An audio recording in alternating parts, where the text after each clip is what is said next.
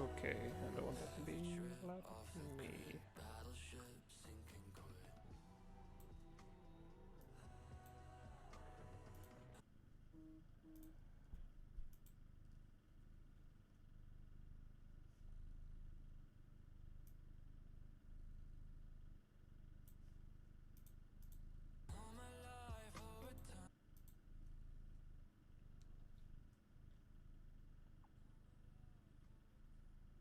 Okay, that sounds good.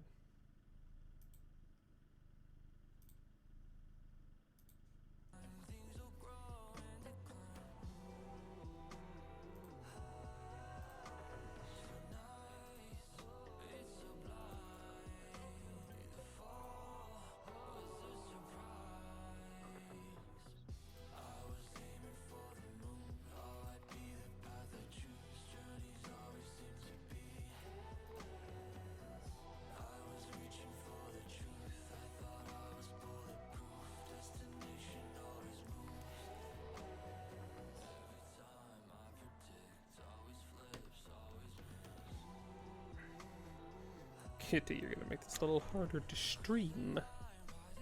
Come on now.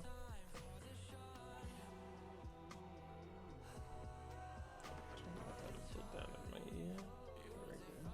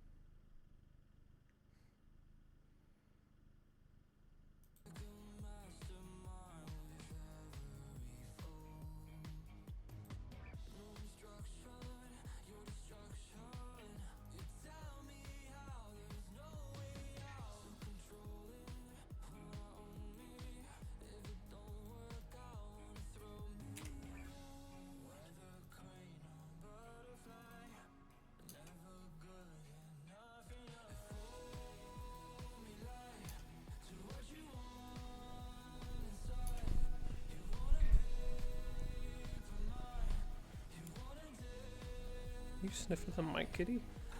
What are you doing?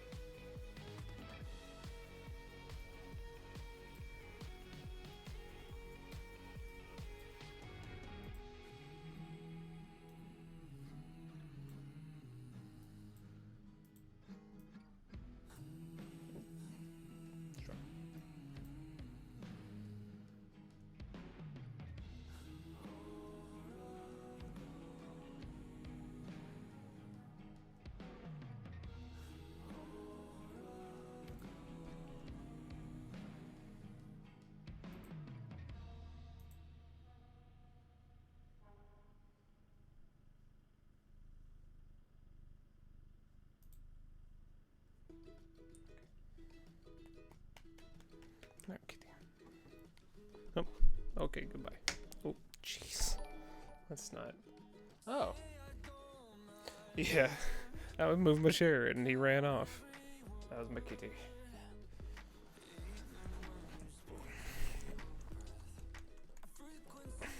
He was just chilling on my lap while I was getting things set up.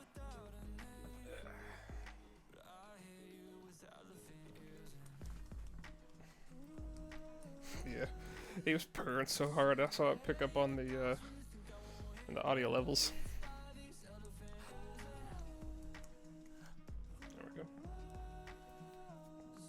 Get that paint all shook up.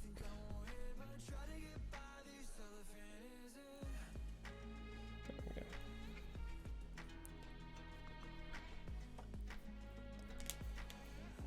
How you doing today, Penguin? That's... There we go. Yeah. Wasn't sure I was gonna stream today, but I'm like, I want to get some more painting done after D&D, so let's go ahead.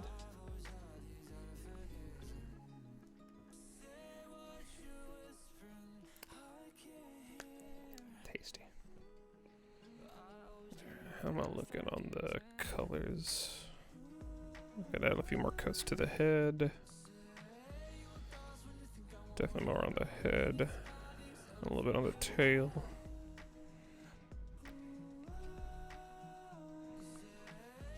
Yeah, alright.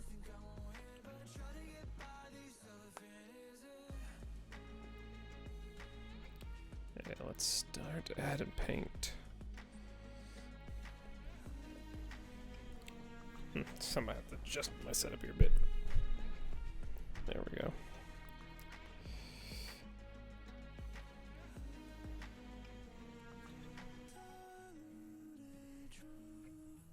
Nice. You sketching anything in particular, or are you doing some of that homework stuff? The studies?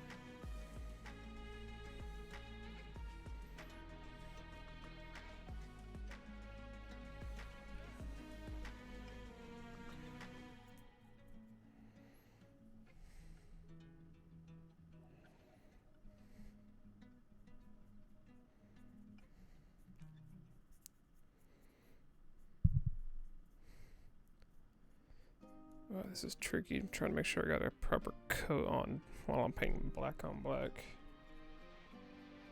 I don't want it any small bits to poke out. Really want this to be a nice, smooth, clean black.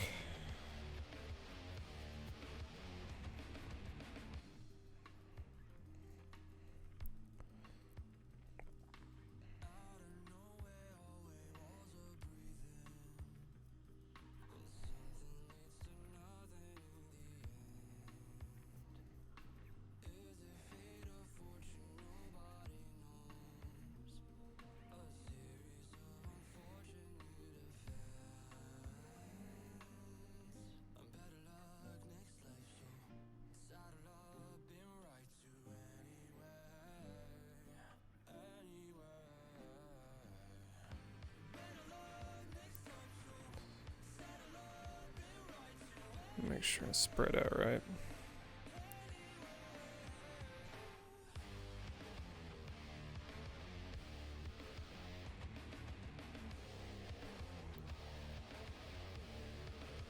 Oh, I don't think I actually said thank you for the follow. I just realized that shit. Just noticed it was you in here. Said hey, but I forgot to say thanks.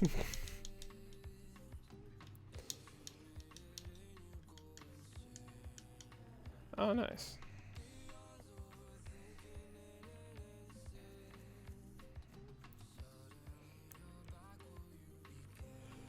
Is the Gamer's Act the one that asked for the that like robotic monkey sketch from like a few months back? And is that like an OC of his?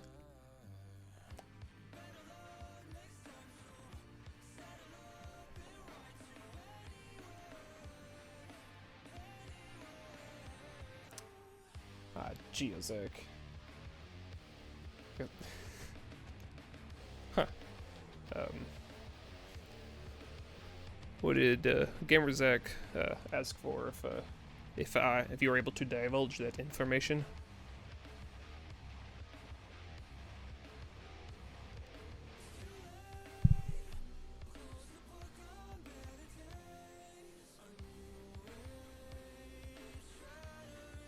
Oh, nice.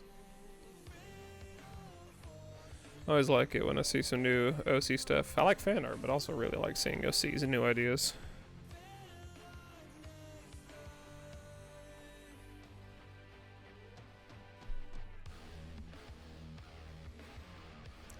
Picking up when I bump it. Eh. A little bit.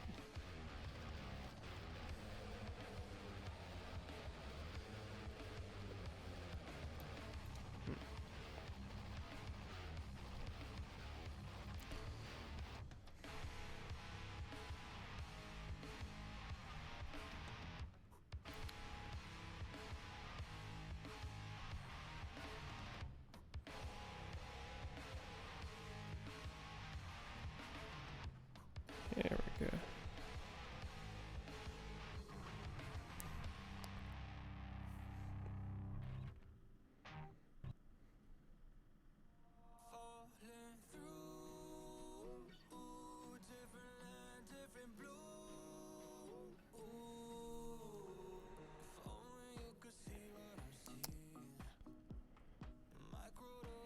Gotta get that nose.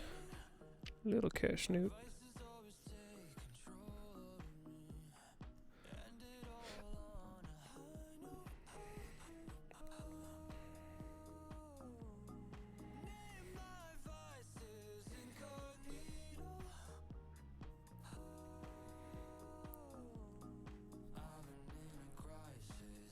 There we go.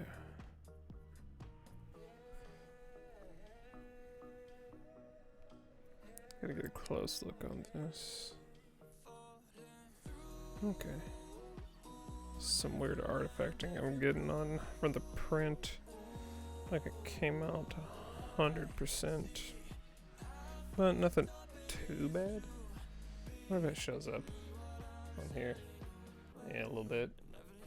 There's these weird bits here. Oh well. Hey man. Actually, I don't know, like... As you should say, how's it going, Alex?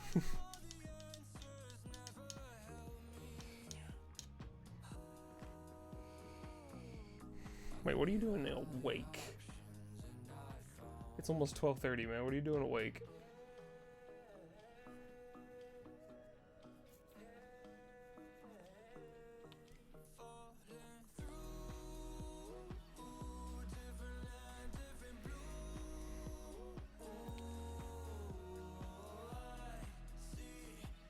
I repeat my question.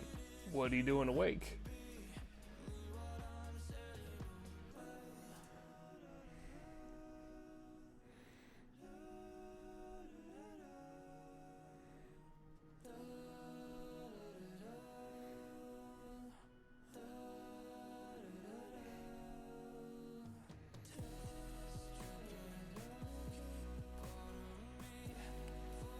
I realize I'm using the detail brush for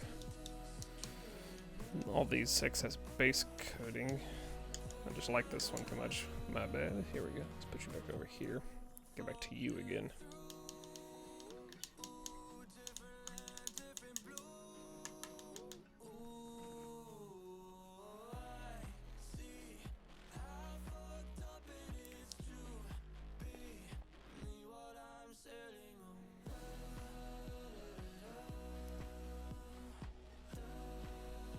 What is that?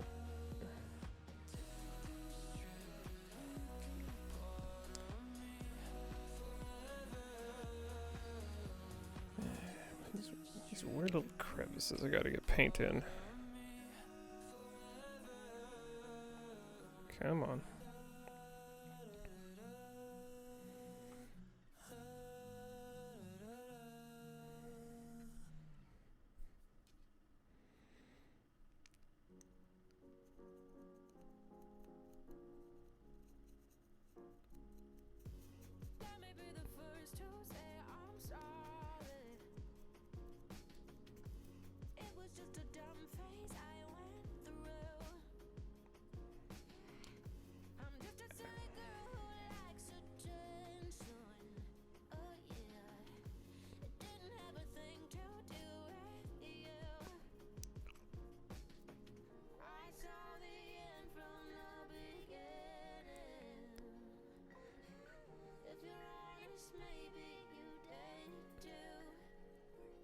Come on. There we go.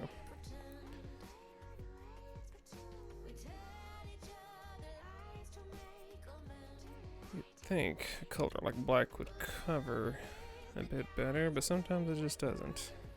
Especially in these small folds. Come on now.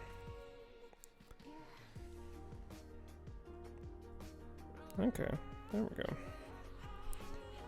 Oh, bump that. Whoops.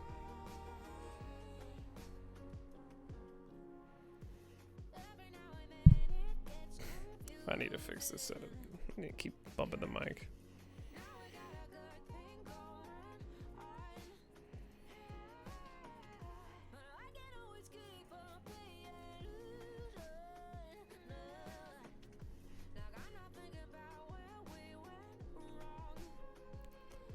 Pretty much got the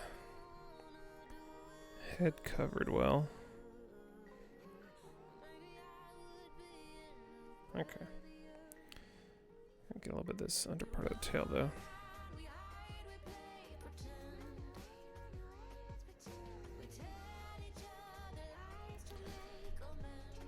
And yeah. I think I can start working on two details in the ears, eyes, and collar.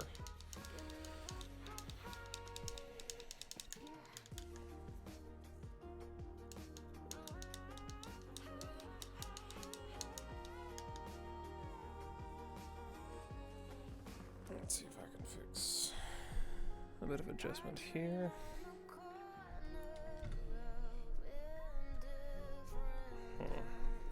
Question is what to do. Should I go down or up?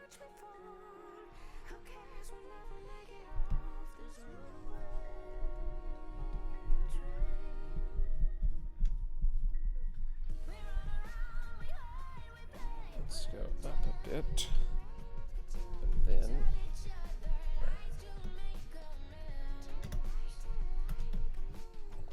slide downward angle.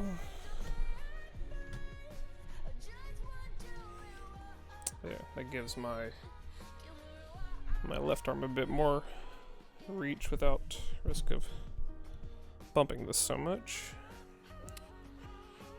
Yeah, okay. This is a bit better of a mic setup. I think it still picked me up pretty well. Yeah. Looking good on the readouts.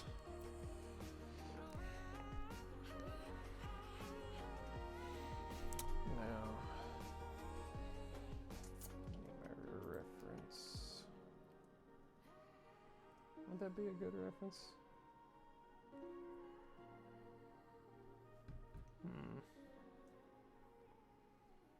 Should I get a new image?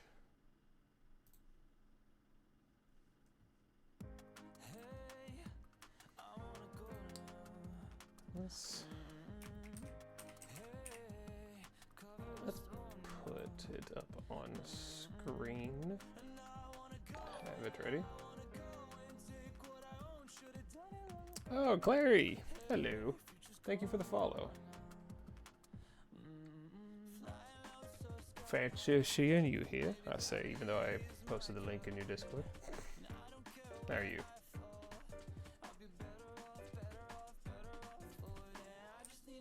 Oh, that went downloads, didn't it? There you are.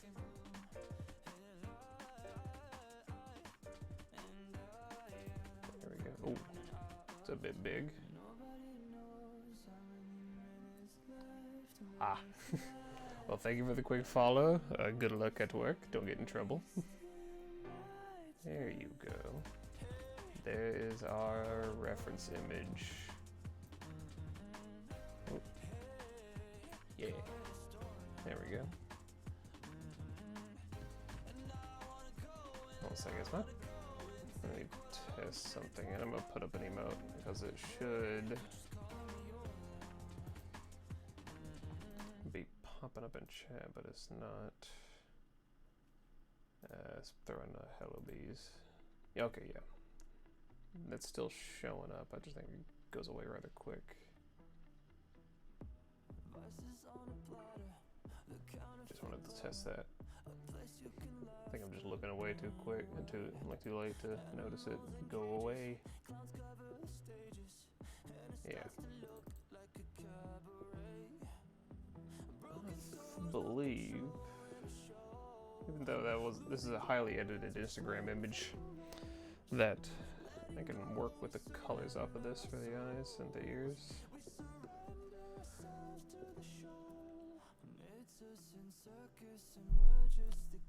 There's not a lot of, should have a very defined color here on the inside of the ear in her image, except for when the light's going through it, so that's going to be tricky to paint this. I might do like a dark, sort of fleshy color. I think that could work. I remember in the images that this cat model is based off of, they went for like a purple, but I'm thinking not quite for that. Unless it's like a purple skin-like tone. Let me see what I got. Let's see.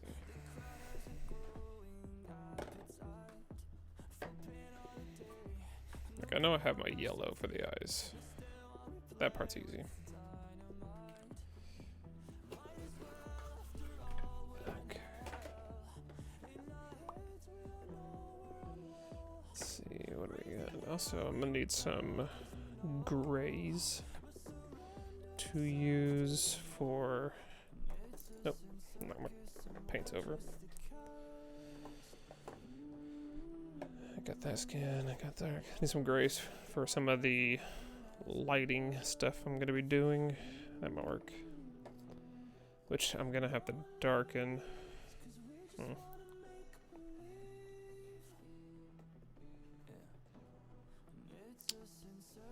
Because I'd like to, like, I want this to have good, not just be like a solid, flat black, even though, like, since this is a 3D model, like, the lighting can kind of show that off on its own. I would like to paint in, like, the highlights and the grading, like, where, like, it goes from black to, like, lighter blacks, gray, white kind of thing.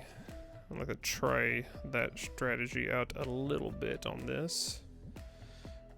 Since it's, like, not insanely detailed, it's very simple. It'd be a good way to practice that style. It's a blue. No, it's a brown. No. Are you gray? No, you're a brown. Brown. Are you a flesh tone? Yeah, I got a couple different flesh tones. I feel like this one might be really good for this. Not fair skin. Sturge tan is really what I'm feeling for this, because it kind of shows like the the skin color that would be on the inner ear of the cat, where it's almost like a fur, but it's like it's a thinner membrane. You'd say it's weird enough. Where it's got still a lot of blood vessels and stuff. It's like I don't want it. I mean, I'm not going for like crazy realistic here, but I am going as close as I can now. Okay, I'm really liking the look of Sturge Tan here. I will probably add a good amount of like wash to this to blend it in better, perhaps. I'm gonna have to get creative with that, maybe. Or we could just play this by ear and say screw it. Not like that. See, do I want to, sorry about the mic. Do I want to start with the collar, the ears, or the eyes? And I'm gonna be honest, I personally am leaning towards the eyes. Because that is one of my favorite parts of most pieces. Well, depending upon what I'm painting. But for a little cartoony depiction of my cat, I really like my cat's eyes. She is a pretty old gal, and I really like her eyes. So let us start there. And I got this really nice bright yellow I'm gonna work with. And go from there. Let's see. I'm looking at my reference here. Do I have an image that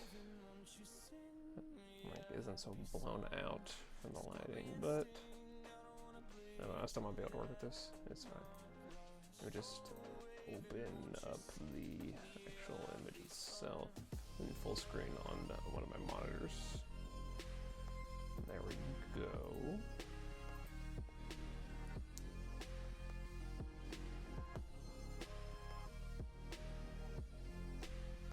Okay, yeah, I've really got a good look at those eyes now.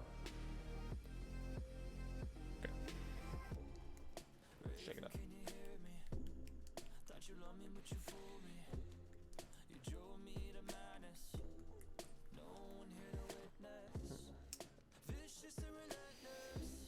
I really got to think about my light sources here, where I want to put highlights, the different shading of these colors.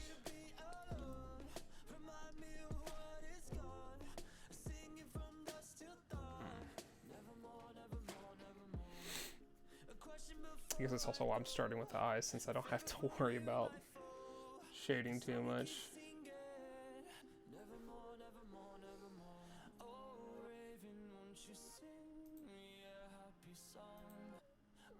Yeah.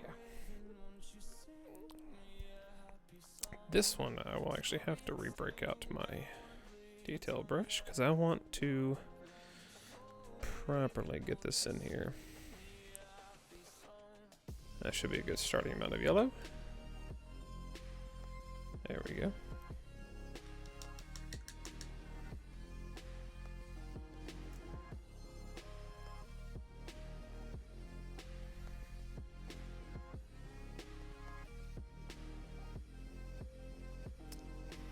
Taste the brush. Taste it. But after you've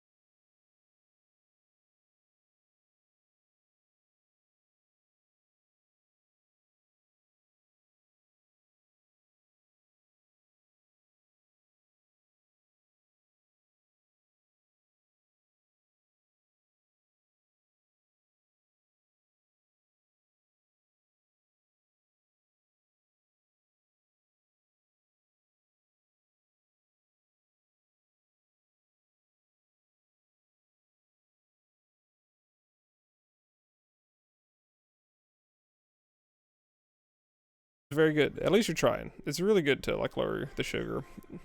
One big benefit, actually, a lot of people don't notice that until they actually start trying to cut out sugar, is when you have your days where you enjoy a bit of sugar, sweetness. It tastes a lot. You taste the sugar a lot more. So I'd say, technically, when you get to go back and enjoy your sweets after making sure you stay away from as much sugar as possible, you enjoy them a little bit more. Sometimes things actually taste too sweet. Like sometimes it becomes tough. Depending upon the soda, to drink a soda, because it's just so much sugar. Well, I mean, nibbling people isn't a lot of sugar. They're probably more salt and cholesterol than anything. Oh yeah, that's pretty good. Like, depending upon the sweet and how much sugar's in it, 1 sweet a day shouldn't be too bad. That's a good moderation. Your body can get used to it, metabolize it pretty quick. I have a bad habit where I'm like, I'll go like a good month or so without having like almost anything with sugar in it, or like more than like 6 grams of sugar in a serving, and then I just gorge myself for like a day, in between like 1 to 2 days to like a week on something, and that has been very bad since the Halloween candy started coming in. I have had so much candy and sugar. Oh. I mean, as long as you don't leave a mark and you don't draw blood, I may let you, Crystal. Maybe. We'll talk about it. But yeah, like I have a bad habit of like, no sugar, all the sugar, no sugar, all the sugar. Blitz, what's up, man? How you doing? Oh, how'd your the 3D modeling go? I went to go check from the link after D&D, and you'd already gone offline. My favorite candy. Ooh. Overall, that's kind of tricky. If we go by like chocolate, non-chocolate, like overall, like in different segments, easier. But like, just my overall favorite can get a little tricky. Oh. Okay. We definitely will be able to work something out there, Crystal. Let's see, if it comes to like chocolate, because I'm a little pickier on my chocolate. I do like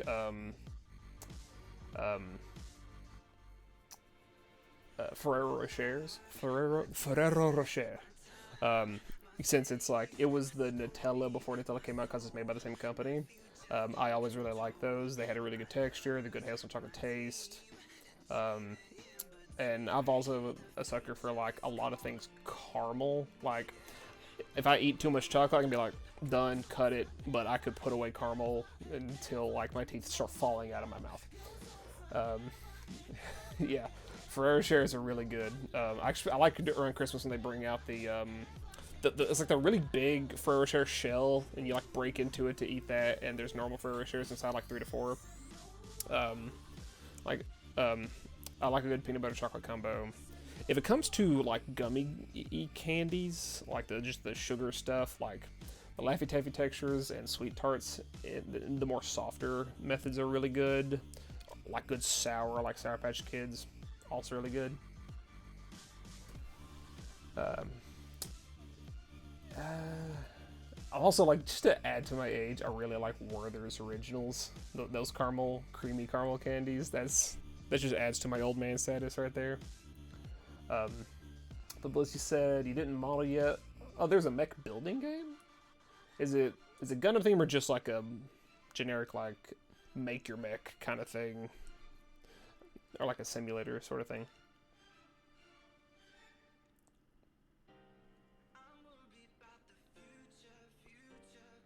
Yeah, Snickers is okay. I do prefer Reese's Peanut Butter Cups.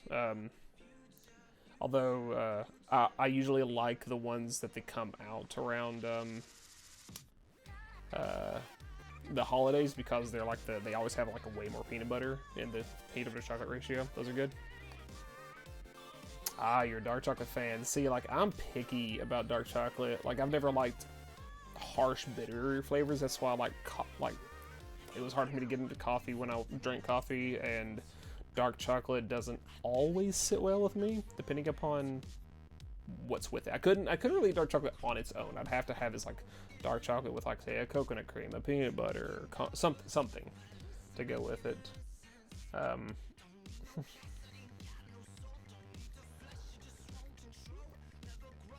Yeah, I could see that because like not a lot of people like there's always like because Snickers is like overall it's like too many things in one. It could kind of get a bit much for some people.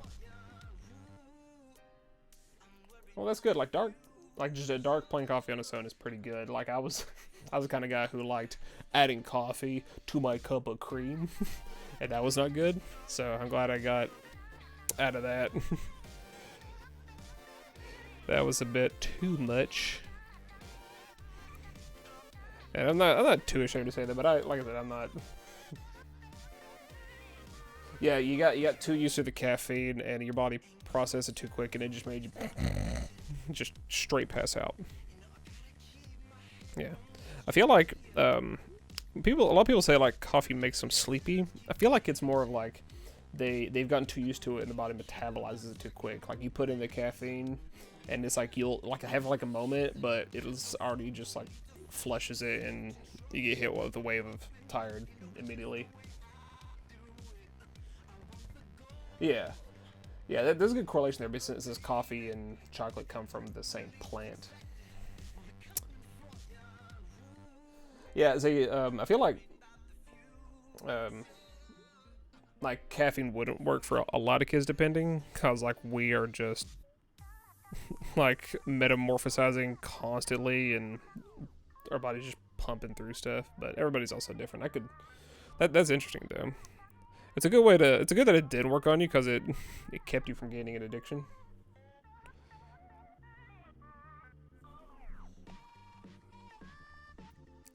So there's a plus of it not working.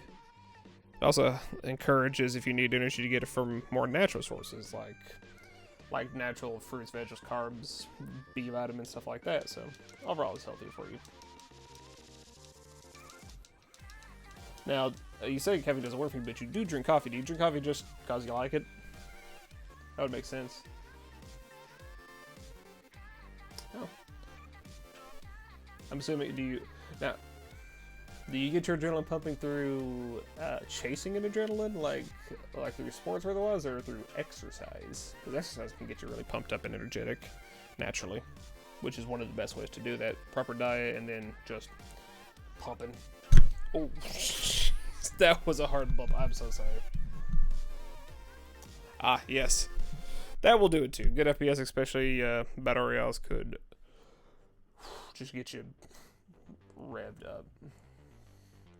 Okay, doesn't carry energy. It's supposed to make your body ignore tiredness sensors. Yeah, so you don't metabolize it, then it makes sense. It makes you, yep. Yeah, that's interesting. Caffeine is, in its own sense, a stimulant, but its main goal is to block the receptors in your brain that absorb a chemical that's produced that just builds up over time and makes you sleepy. Caffeine cuts that off, and that's why when the caffeine fades away, all that chemical that was produced is still there, and it floods those sensors, and you get that big feeling of lethargy.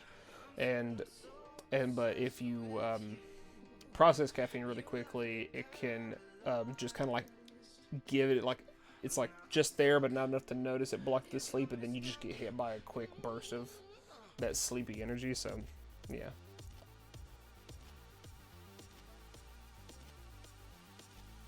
Ooh, yeah, like some people also can't handle caffeine too well, or depending on what you meant by a bad experience. You're talking about like the caffeine rush is bad for your heart, or did you poop?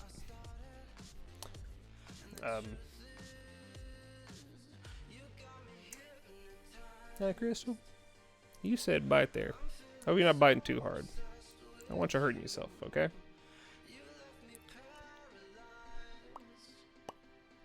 Let's not be doing that.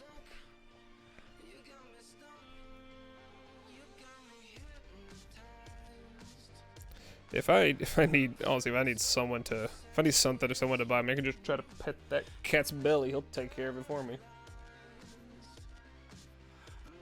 I don't know if that's something to brag about.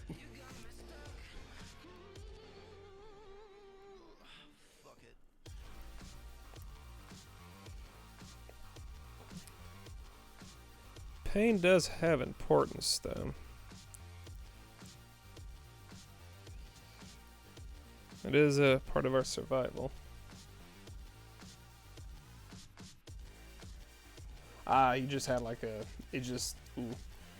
Like when you just take something really bad in your body, you just like fully reject it. Is that what you mean, Sammy? Just like gagging, just like, no, body's like, don't put that in me. Don't try to consume that now.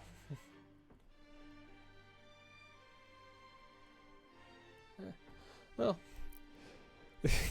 I feel that, like, Crystal, like, my poor roommate, he has a habit of how he walks, or his step is kind of like wide. It doesn't go quite straight. It kind of like arcs a bit. So the amount of times this man runs his toes and feet into anything, even if it's like almost a half arm's reach away, his toes are just magnetic to just like wrecking themselves into stuff. I'm surprised he hasn't lost feeling in his toes for how many times he accidentally just kicks things in the house. I feel so bad for laughing. Oh, thank you, Crystal. I appreciate that.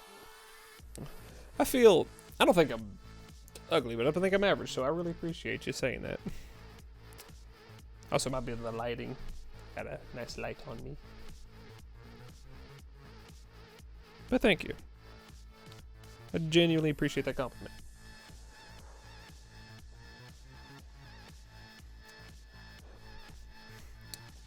Oh man, like, it's weird. Like, I never really was big into like drinking coffee, but something about that smell is almost addictive.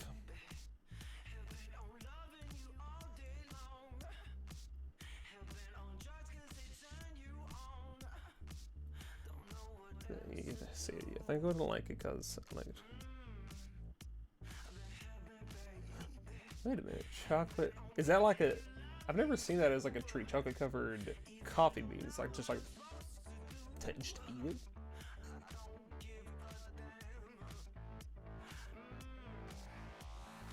it. A line of sugar, like.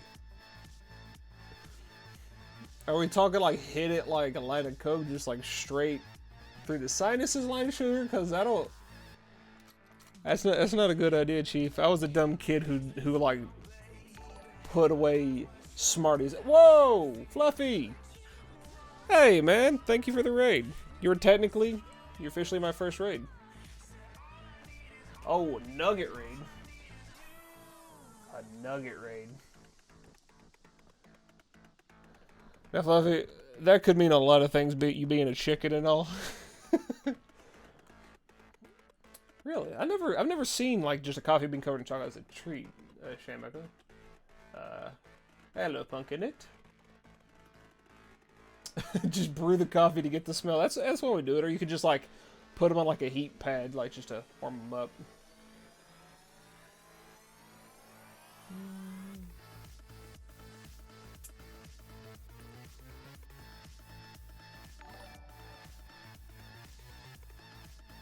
I'll allow that because it's just a misspelling. The white powder stuff.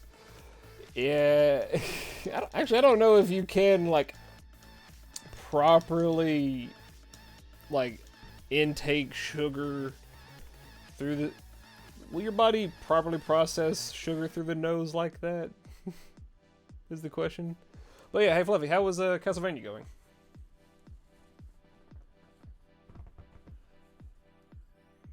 He did. I think he just missed the letter on there.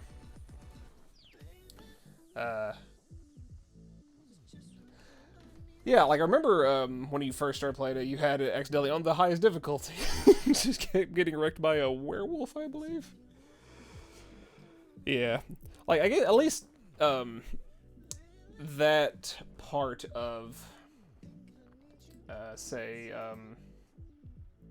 Castlevania, the 3D one, held up to older Castlevanias, because like the really older Castlevanias, the original ones, were so difficult and so unforgiving. You've been awake for 32 hours, Crystal. That's not okay.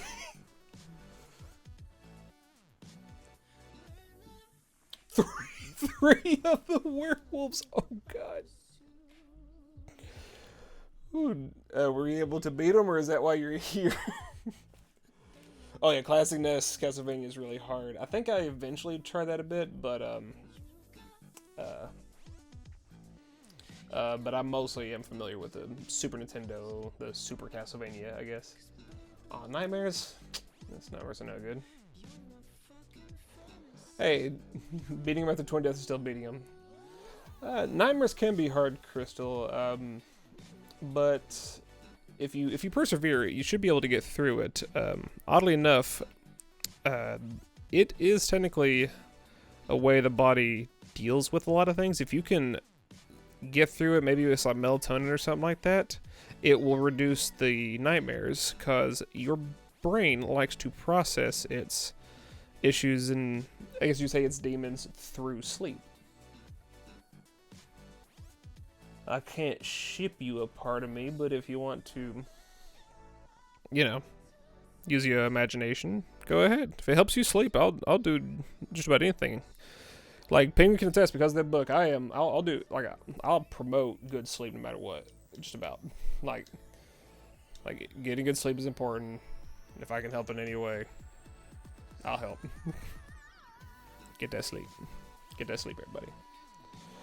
But good job on beating the werewolves, at least, Fluffy.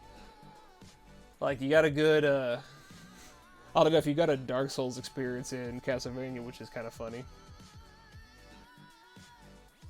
What? That took a turn.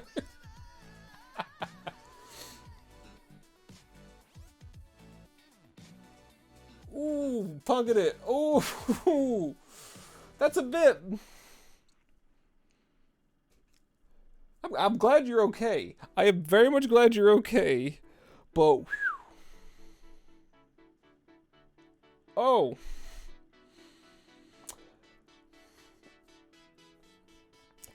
Has anything like that happened again, or are you good now? You getting proper sleep? Cause, ooh. Ooh.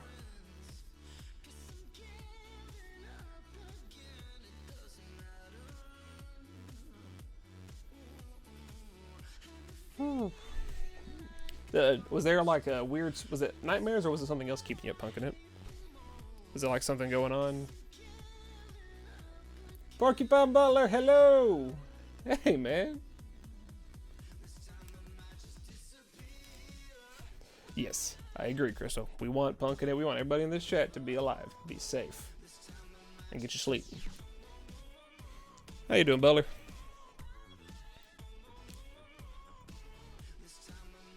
It is me. Hello.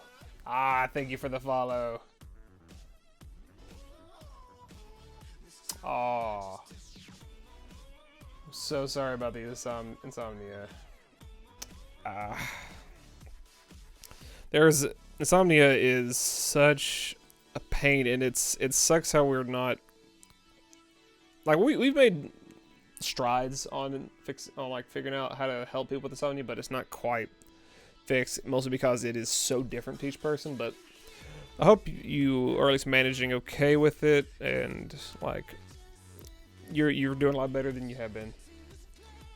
I am painting this kitty cat. This is a 3D model of, if I remember, the name of the cat is Gigi from a Ghibli movie, Kiki's Delivery Service. But I am painting it in the theme of that cat we see in the corner as my reference. This is a lot older photo of her, but she's like a really old cat. She's like 16 years old. And I am painting this cat in her style as best I can. 3D print came out fairly well with a couple of hitches, but yeah. So, okay, the most I've been like was like 30 or 31 hours, because I spent the whole night binging. I'm trying to figure out what that acronym is, Blitz. Hold on a second. And no, Crystal, no perishing, no. We had this discussion, no perishing. Meow indeed, Porcupine Butler. Ah, yeah, that's a popular sitcom comedy. I can see when it comes to things like that. I probably have come close to that with Scrubs before, just binge episodes of Scrubs. Well, for me, my issue is most things I grow too immune to meds. Yeah, a lot of people get like used to a lot of the medication. It's like a double-edged blade.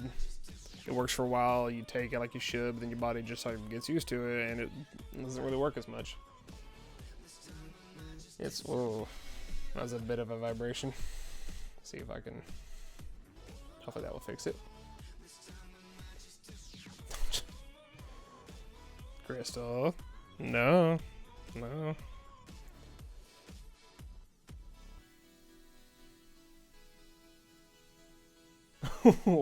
Oh yeah, I heard House is really good too. Let's see, let's go back to the eyes a bit. Get a bit of this yellow. It should be dry now. Add another coat.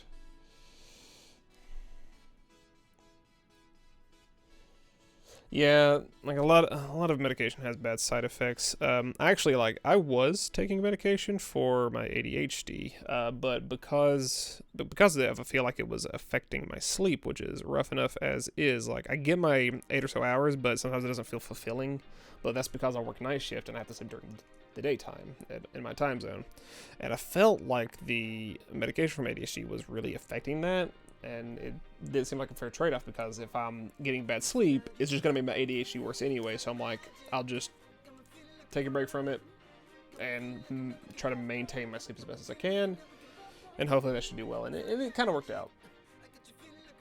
Yeah. Yeah, like...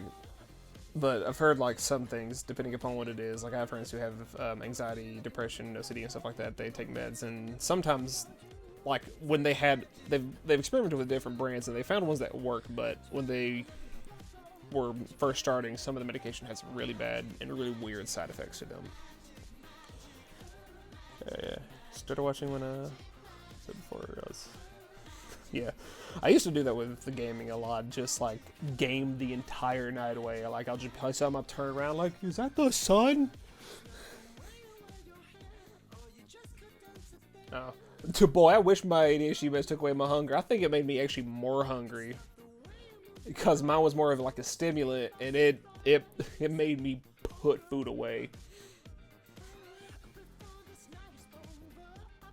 Ooh. Ooh.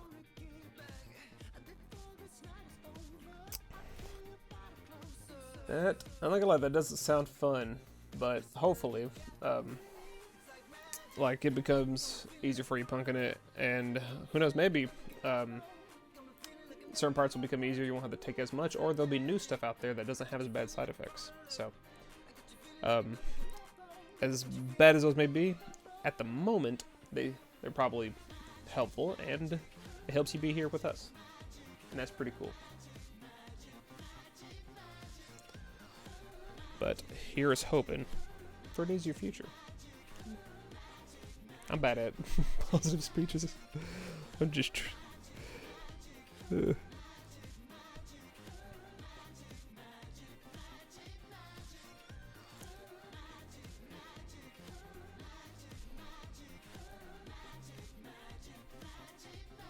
Yes.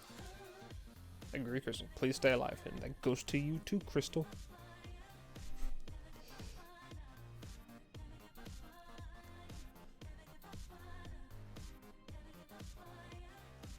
What did I just say? See, also sucks I don't get hunger pain when I must have it. Yeah. Yeah. Well, that's good. At least, see, that's good because, like, you get the experience of cooking and stuff like that. Like, I know, I've heard that some people have to set alarms, a couple of alarms, to remind them to eat, which is interesting in some ways, and a little kind of like, oh man. But hey, I'd like to see some of that cooking though. I like seeing pictures of food. especially homemade stuff. Cooking is an art of its own, and I like most things art. It may make me hungry, but I want to see it. Crystal. I don't care how fun perishing may seem. It is a lie. Perishing is not fun. Perishing is the least fun. Because once you perish, you can no longer have fun.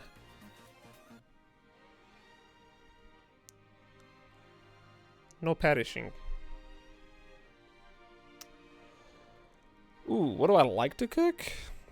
Honestly, I'd like to learn how to cook a lot of things, but time is not a thing on my side because of all the too many hobbies and other things I do, and it's like, it's not like, oh, there's not enough time of the day. It's my fault. I take on so much and like to do so many things that cooking kind of takes this wayside. So when I cook, I heat up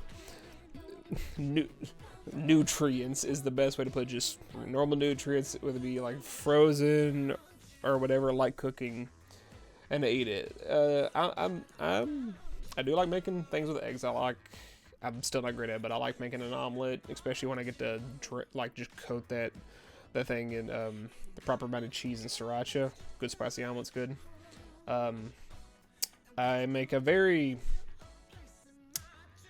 cheap, like college dorm student style, like chicken fried rice, but it's the most like very cheap bulk. Okay, it's good. It works. I do like making some burgers though. I do like cooking up a good burger, cause like that's something I experimented with a lot while I was on the keto diet, and I like making a good burger. Well, I don't want you to be alive, cause I like having you around, Crystal, and you should also want to be alive. It's just how it is. I want you alive. I want you happy. I like seeing you in the chats. I like seeing you in the discords. How have we swapped over to this? This is not right. Why did that playlist stop? That is not music that should be playing. What happened? Let's go back to this and let's turn off autoplay. How long had that been going? Can you not try to screw me over, YouTube?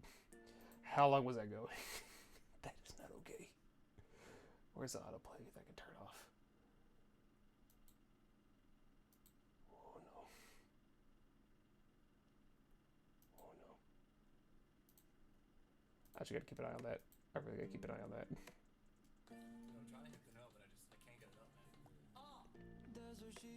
Yes, Blitz, I did do the keto diet. I did it like 2 different times because there's like a big break in between it. It's been a while. I've not been on the diet for a good bit. Only one song started playing, or no, that was the playlist of the song. Jeez.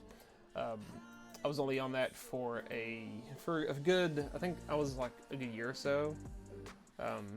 I lost 35 pounds on that. But then I got to a weight where I was comfortable, and I just shifted it to a degree to maintain my weight. I wasn't quite avoiding carbs. I just kept avoiding sugar and added sugar. Kept up the amount of like proteins and fats normally. So like I just kind of maintained, try to get more active. So that helped a bit. But keto helped get me here, and now I'm just trying to maintain my weight pretty well. If it starts to slip, I'll dip back into it. Yeah, chicken fried rice is good, Shammy.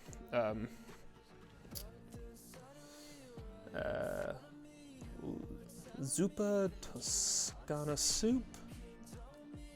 Oh, it's a primary. Ooh, yeah, that's something that'd be like to try. Is like take something that you've had at a restaurant and try to make it, and sometimes you might make it better.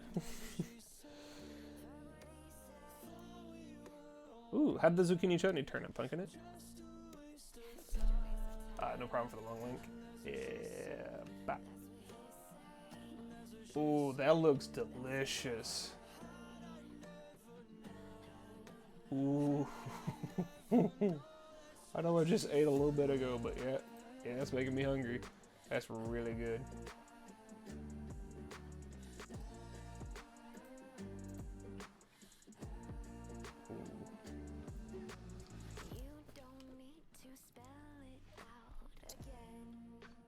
Crystal, just because you don't like your life does not give you reason to perish. I don't always like my life, but I ain't gonna die. I'm too stubborn. I'm too stubborn to let that get in my way.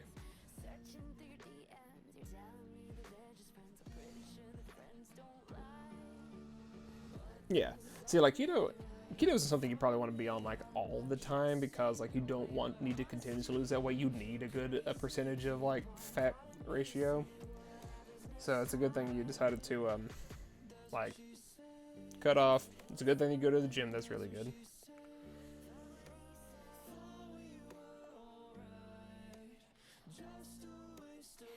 Oh. Well, hey, at least Pumpkin, at least you found a good use for it.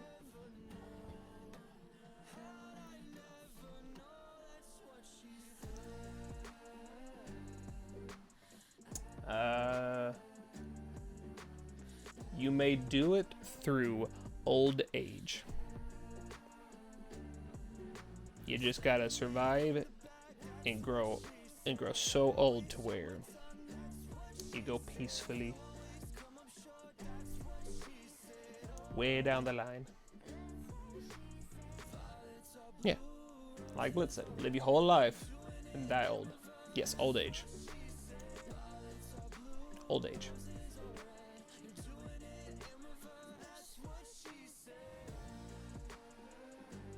Yeah, like when you get gifted that much food or something, like I gotta figure out something to do if this is gonna go bad. That's subjective, Crystal. That's very subjective. When we say old, we're talking about like old.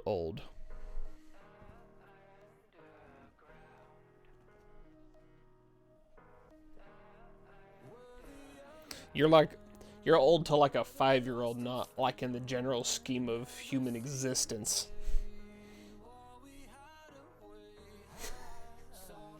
I feel that, Blitz. Like if I don't buy like a lot of bulk like food and ingredients and stuff like that, if I'm gonna go buy something, like I want to make this, I need to get exactly what I need for this and nothing more, because I don't want any of it to go to waste. And I try to eat as much as I can, no matter how much my body was like, stop it. But no, I'll eat leftovers that have been in the fridge for a bit because I ain't gonna throw it away. Oh god, raw? Like, did you just eat the lemon? Madman, you are not 1 billion years old. Don't you lie to me. Humanity ain't even 1 billion years old, Crystal. Is that paint dry already? Get on this eyeball. I'm enjoying talking to y'all so much, I'm forgetting to put paint on a mini.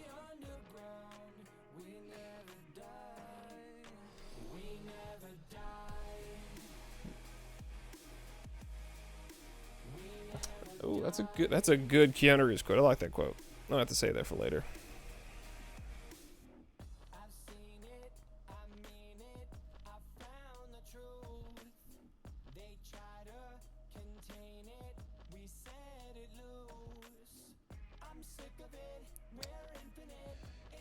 Tip or actually, I don't know what I'm gonna do.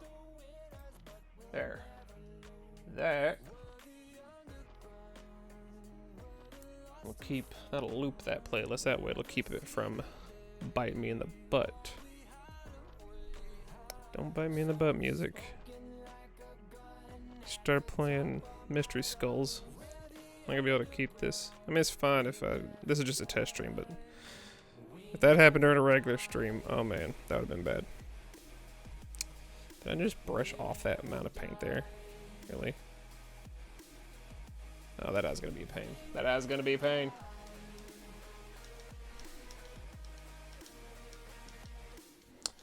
You know what? Dang, Crystal, you really... That's actually a good argument that you got us with. I mean, not an argument, but like... I like that. It's like... I also don't want people to be sad when I die. I want them to celebrate the times that we lived with them. That's good. I like that. That is a good quote. Shit. Actually, yeah, I got This is a Logitech. It's like it's kind of like the one that was like came out recently. Like it's 1080p HD. Got that for a couple uses, like having the face cam, and up here, this one right here, is with the delay, because it's running through my capture card. Oddly enough, I would use for like my Switch and PlayStation. Is a bit of an overkill camera for this. It is a Lumix GH5 camera. Fairly pricey camera. DSLR it takes very nice photos. It can, if I've got the right SD cards to handle it, or one of those like proper filmmaking, like external capture devices that can properly capture the weight of 4K if I wanted to. But I usually got to stick with like 1080p mostly because that thing can do just a bit of slow motion, which I hope to experiment with for things here on stream, like not live, but like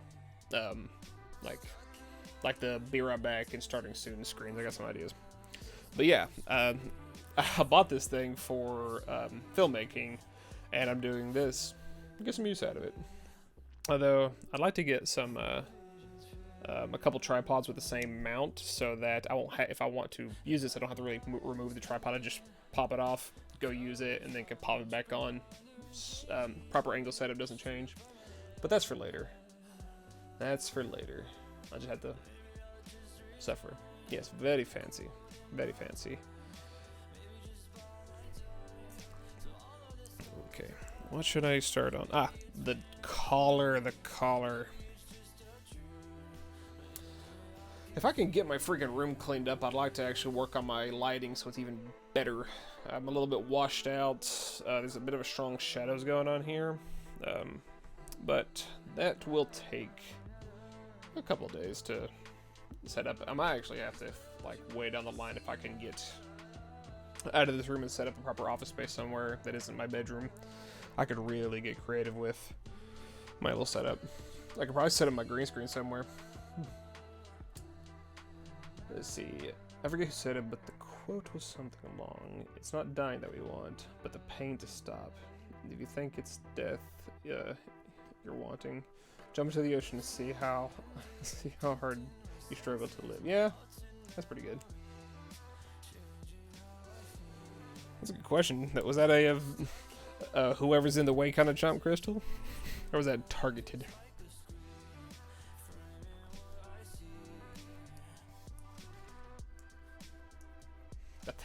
Shaking of my paint's causing my webcam to lag.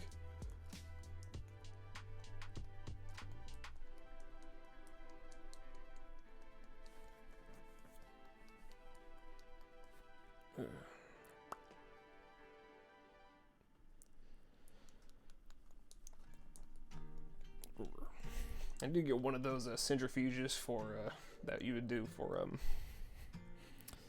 like test tubes and stuff like that, or make one so I can have a little machine that shakes in my paint for me. Oh, you chomped everybody. Ooh. Chomp across the planet. Almost dropped my paint.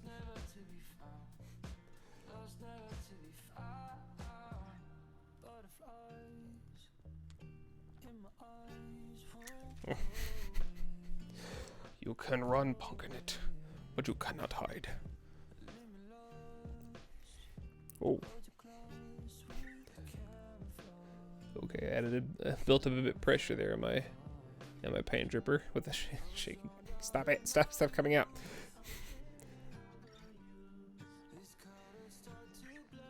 Now we need some details. I like the song. Turn that up just a little bit, since I'm kind of look clearly, but I don't want it to overtake my voice.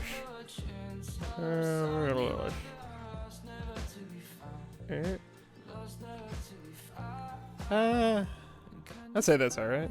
If I make sure I'm talking. Yeah.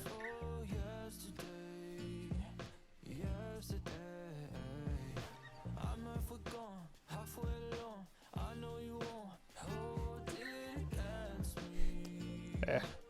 Don't sweat it, bunking it. I fat finger my keys all the time and just type the most like butched sentences and words sometimes because of that.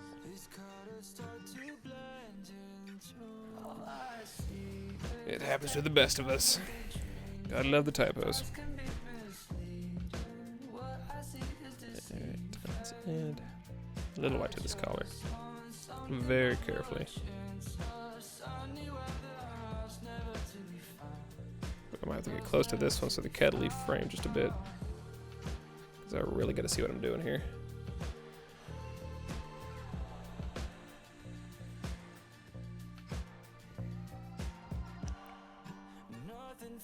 There we go, there we go. I'm gonna have to come back with some of the black and clean up these lines, but I'm maintaining a fair amount of control here.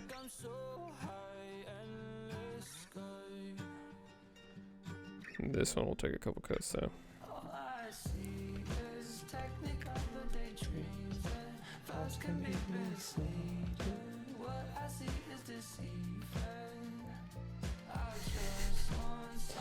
I got a game of hide and seek going in chat.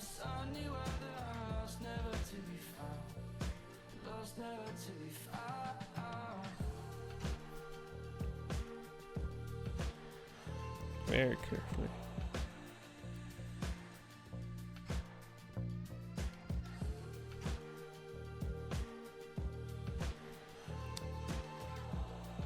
Now, I don't think it'd work well, but it really interesting to get like one of those devices you put on a tripod under the camera, and you hold this like thing that looks like a kind of like a karma thing, and it's built to track it. And no matter like where I move the model, the center of the camera, center frame camera will try to track it. That'd be good.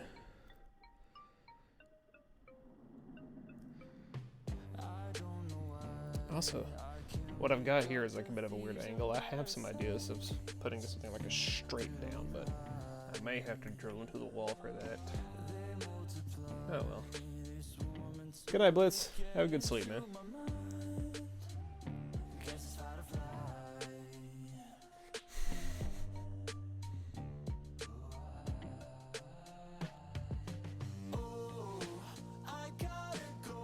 Oh, the Uno reverse for punking it.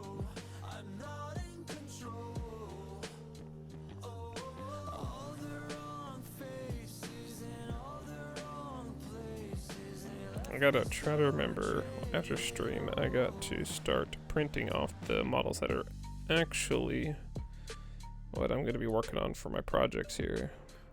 And I will officially be streaming. But I still got a little ways on this guy, so I got a couple of pre-streams I can get through with this. This little cutie.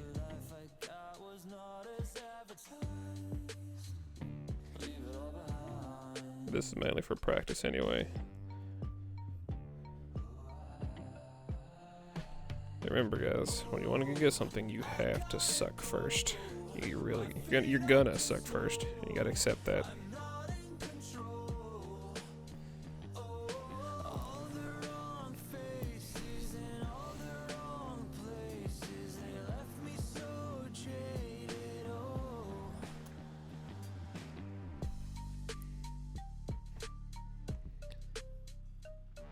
Jump of the hand ain't too bad, especially if it's a rabbit hand. It's got some padding there.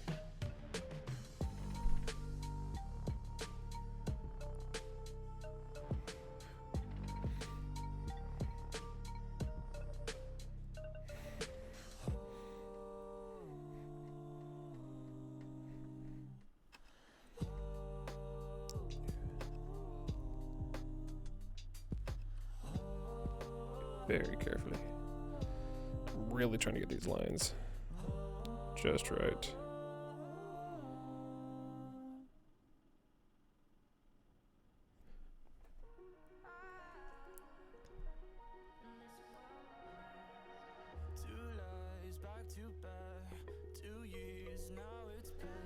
That's looking alright. He's got a nice fancy white collar. I got a little bit of cleaning up I gotta do like around here.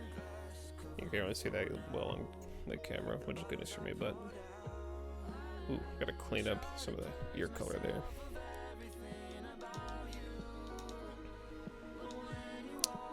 It's coming out quite alright. Technically she, since I'm basing it off my queen right up there in the corner.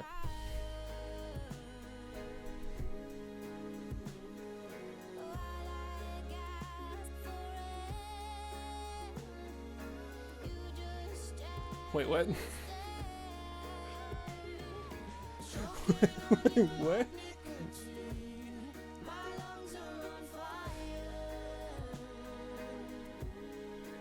That's a very good way to put it, Bumping It. I like that. I like that.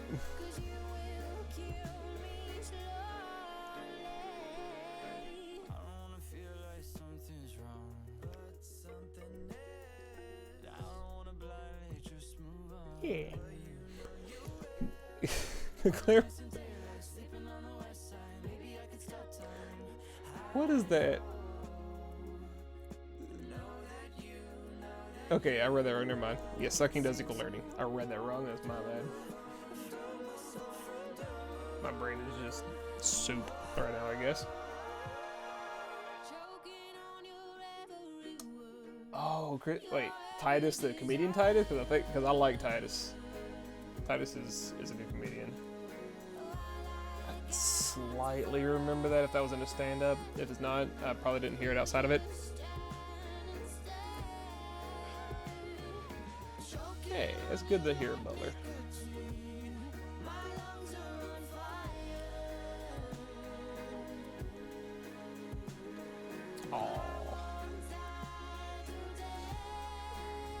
Aw, pork butt, that's too much sweetness, too much sugar.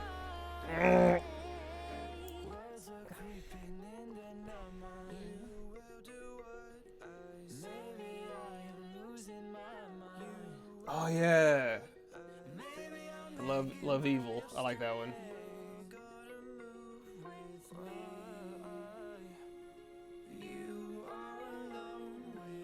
Oh. This is my second stream. That quick? Are you sure about that? I don't know about that.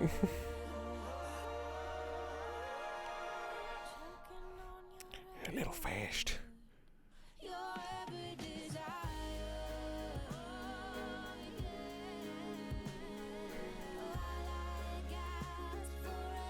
Yeah, I knew these eyes were going to take several cuts. I knew it. That's why I've avoided them working on the ears. Don't mind me. Just painting fleshy ears.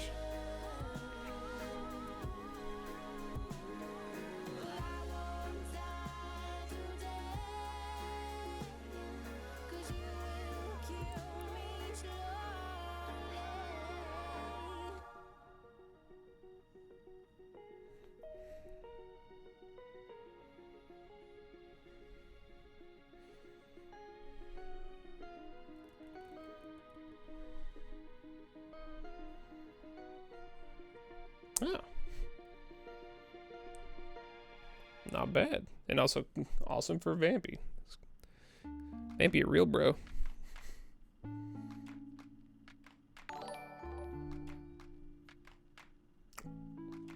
Thank you very much for the host, Clary. Clary woo. Appreciate that. That's awesome. That's awesome of you. Thank you. Aw. That sucks. Any chances that might be like getting better? Because I know a lot of places are like spreading their internet influence, I guess you could call it, through either just the normal cable or some of the fiber internet really stretching out. Because I know like in more of the back roads, middle of nowhere kind of areas in my town, the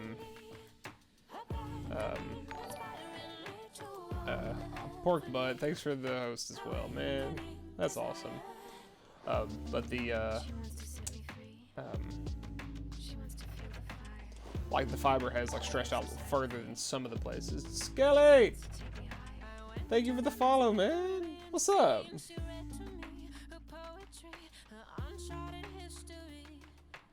Well, hey, at least like that middle year will come up faster than you think, though. So, good luck on getting the move and getting to where you can get that sweet fast internet. I could already have fiber here, but I've been really lazy on making the phone calls, so oh well.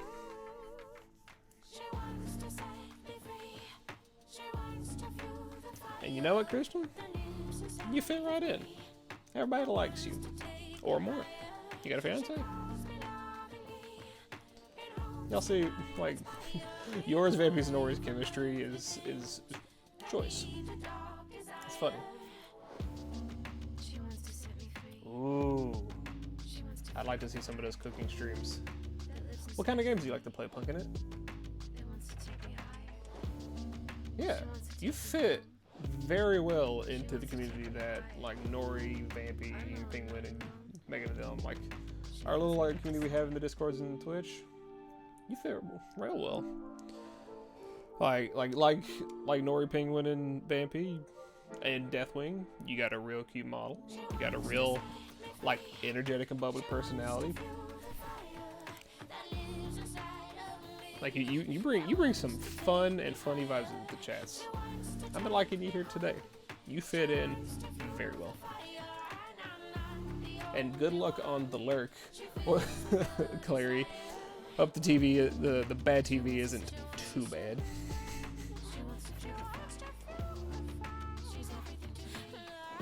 Ooh, fighting games and survival. Oh yeah, like I played a good fair few hours of 7 Days to Die because my friend really pushed for it. Although I didn't.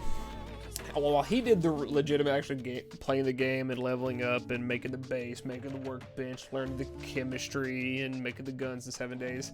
I was just refining my bow and crossbow skills, where it's like I don't got to worry about ammo, especially when I one-shot any normal zombie with a bow.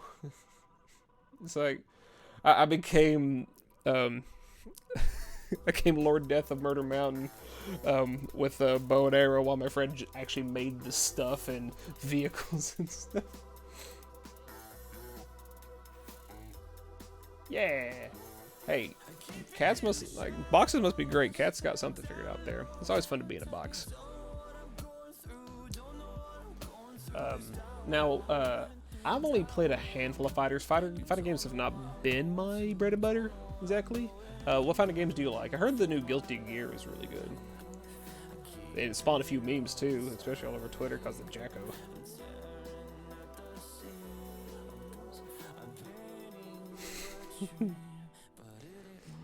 Yeah, although, unfortunately, my bow and arrow and crossbow murdering skills in 7 Days to Die didn't quite keep up with the difficulty of some of the areas I went into, especially some of those more like glowing radioactive super zombies. Just the worst. Oh god, I hate them.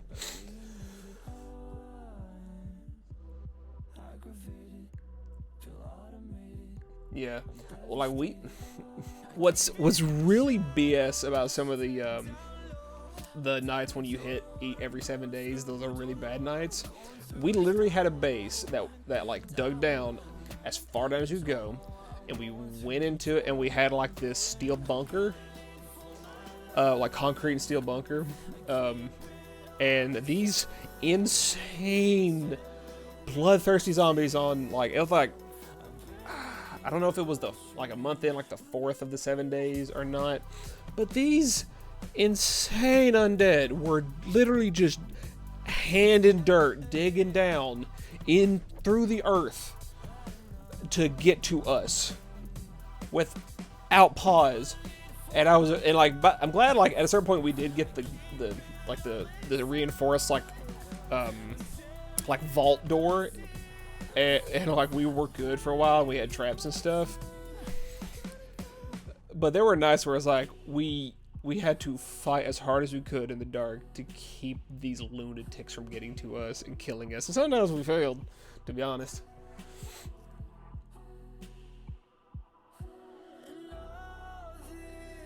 Oh yeah, I think one of the few fighting games I played was the Dragon Ball Z ones, but like really early PS2 Dragon Ball Z, I kind of fell off of that. And I played some Marvel vs. Capcom some Street Fighter, but that's about as far as my fighting game experience goes.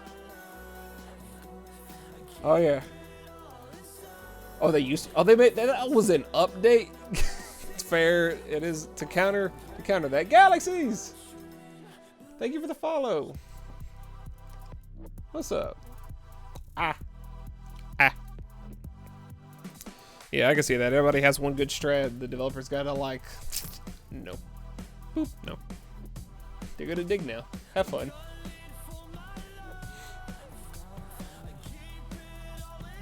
No, Crystal. As much as I won't deny that compliment, you are in fact a cutie as well. And I ain't taking it back. Case not dismissed. Objection. You are a cutie too.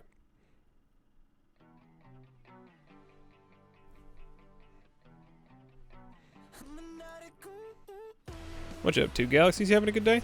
Night? Time zone?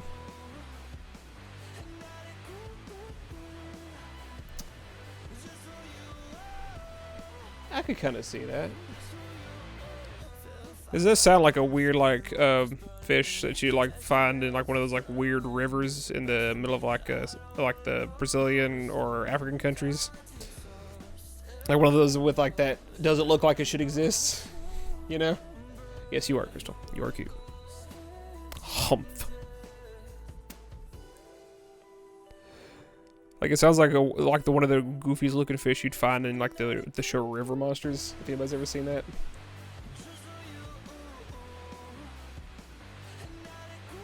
Ooh, yeah, you definitely have. Like, if I, like, lately, nowadays, I try not to play a lot of PvP heavy games, but when I did, I was more of the FPS guy. Like, I grew up on Halo and everything, of course. The general, a little bit of Call of Duty, definitely not a lot of Call of Duty anymore, but that was what I did. And I only played a fight. Oh, I guess my favorite fighter, if you call it, it's an arcade fighter of Smash Bros. I'll always like Smash Bros. No matter what. Not a tsundere, as you act like a tsundere, Crystal.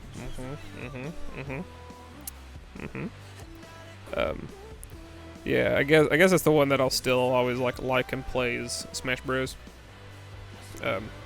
But it's always like something I never really took online. I just kind of play with friends as fighting games with me.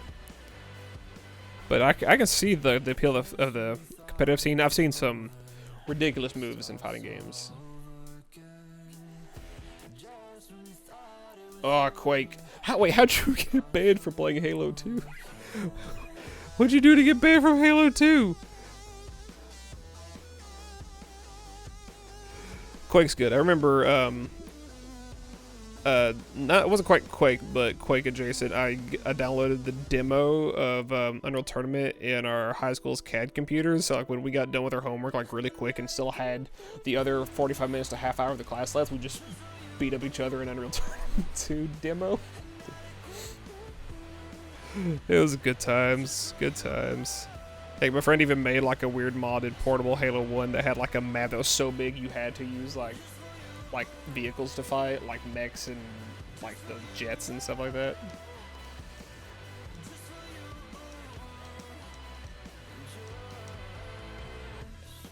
Were you... with the empty... So you were you were just pistol whipping all the way to victory? You know? Oh god, you sound scary in Halo. Oh my god, like I would say I'm bad, but that's terrifying. Yeah, that's the funny thing to where, like, you when you get so good at a game, they accuse you of cheating.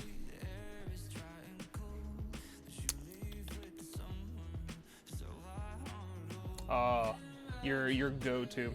I remember back when I was playing a lot of, like, Halo 3 and stuff like that, I'd see videos of, like, the weird places you can get to some maps that are technically not out of bounds, and, like, you can still be seen, but a lot of people don't look there, so you can hide a spot and play things like SWAT and just start pecking and taking out people before, like, and get way ahead before they even realize where they're getting hit from. Yep, like, the pistol in Halo is a very underestimated, powerful weapon. One should not be scoffed at. It should always be taken with warning. Yes.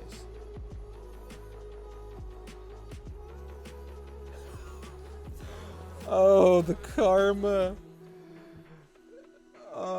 They reported me for cheating their own ire. Oh, that's tasty justice. That's tasty justice. Unfortunately, like my roommate got, played a lot of Warframe. Someone ended up hacking his account and using it to actually like sell items and stuff for real money through like probably like eBay and other stuff, or just like you PayPal me this, I give you the item kind of thing. And hacked him to do that and use it for selling, and they banned him, and he still to this day could not get one of his most progressed Warframe accounts back, and it's kind of kept him from touching the game again, and it's really sad. Really sad.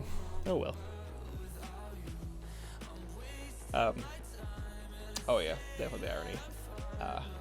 But yeah, I don't. Let's see. I used to make people mad because I didn't know how you could shoot things. Oh.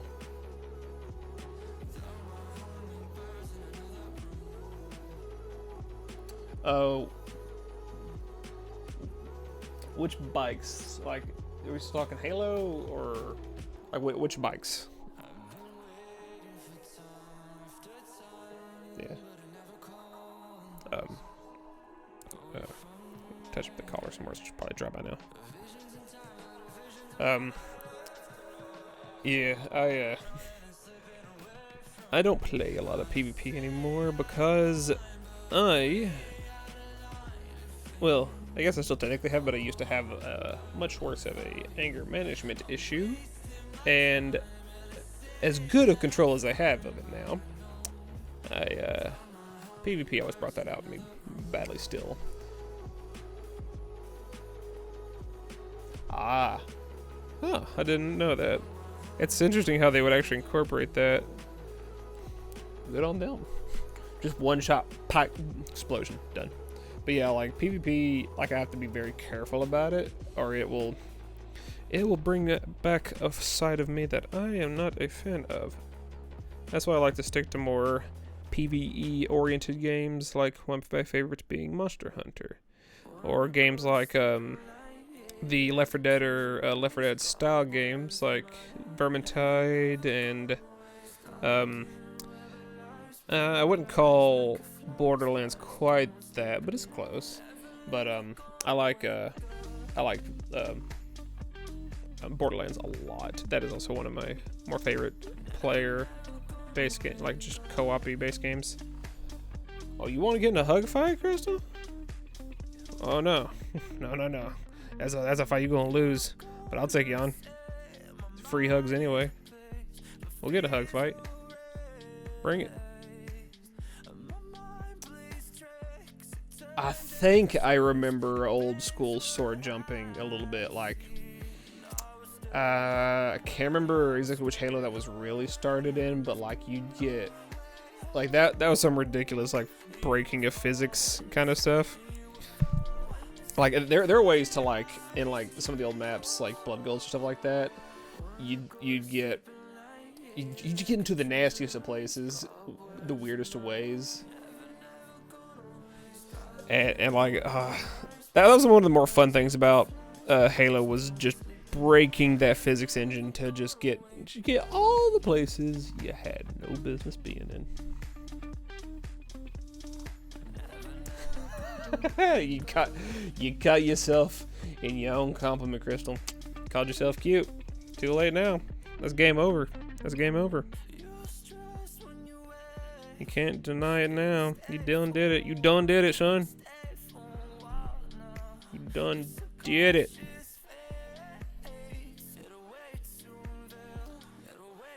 Genzo! Howdy doody, partner. What's up?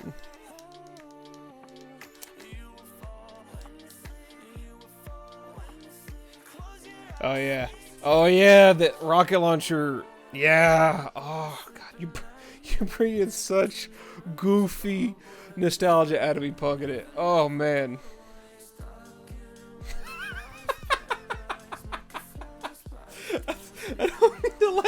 It's open it.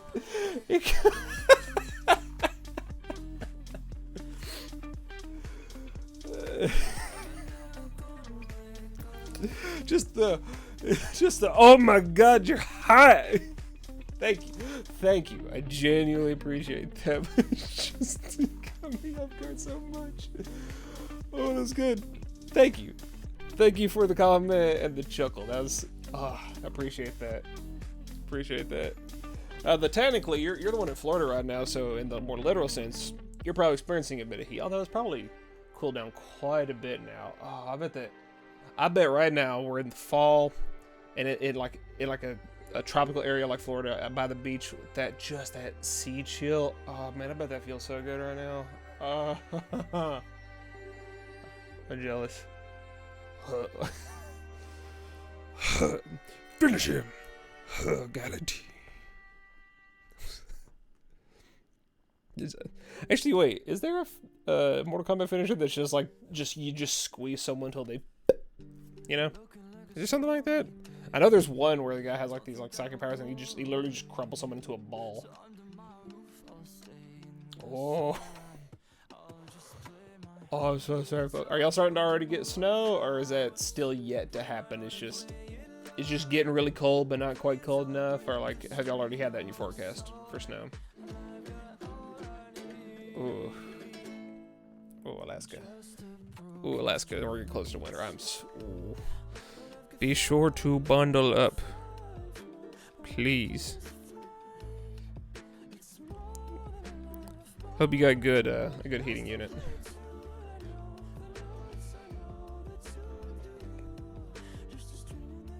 It's like I'm down here in like I'm in a weird spot when it comes to seasons and temperatures. I'm in Tennessee, and I'm like in like the middle of that, so I'm like in the middle of the state. So like we'll have moments that is just stupid amounts of like Tennessee weather where it's like we've had this happen.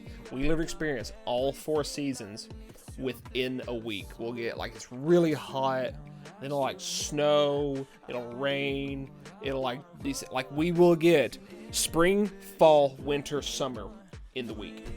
I hate this state. I hate this state so much.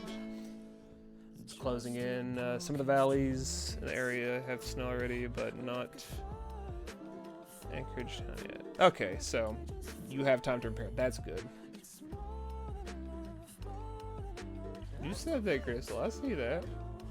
I saw that. Alright, I'll keep that in mind. I'll remember that. I ain't gonna say anything about it, but I'll keep that in mind.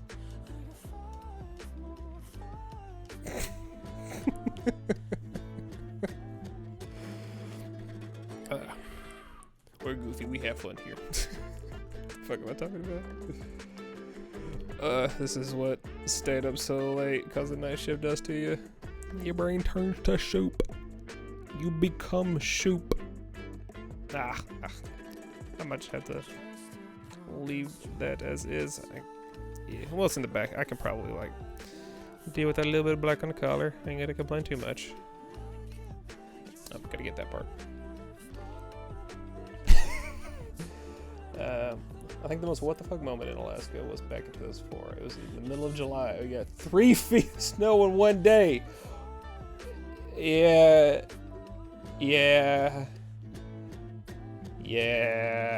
That was at least like the more fine powdery to where it's like not really gonna get the way, or did it like pack and become a huge nuisance? Technically, you didn't say anything, Kristen, but you typed it and you hit send. It's all right.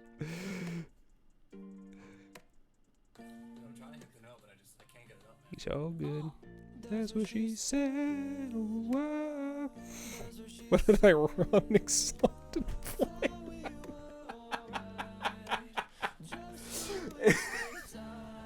Oh, not the bag. I'm so sorry. Oh, I'm down. If I can make the time for it, I am all for some D&D. And if I was streaming it, oh man, I'm a sucker for D&D, man. I love me some D&D. I absolutely love it. Although I need to learn some more of the online resources of like say was that one Nat 20 like Nat 20 something like that. There's all kinds of different sources and stuff like that. Yeah. The I lost my lost my train of thought there. Wow. Ooh. Ooh. Roll 20. That's it. Thank you, Pumpkin. Thank you. Thank you. I might get my mouth dry.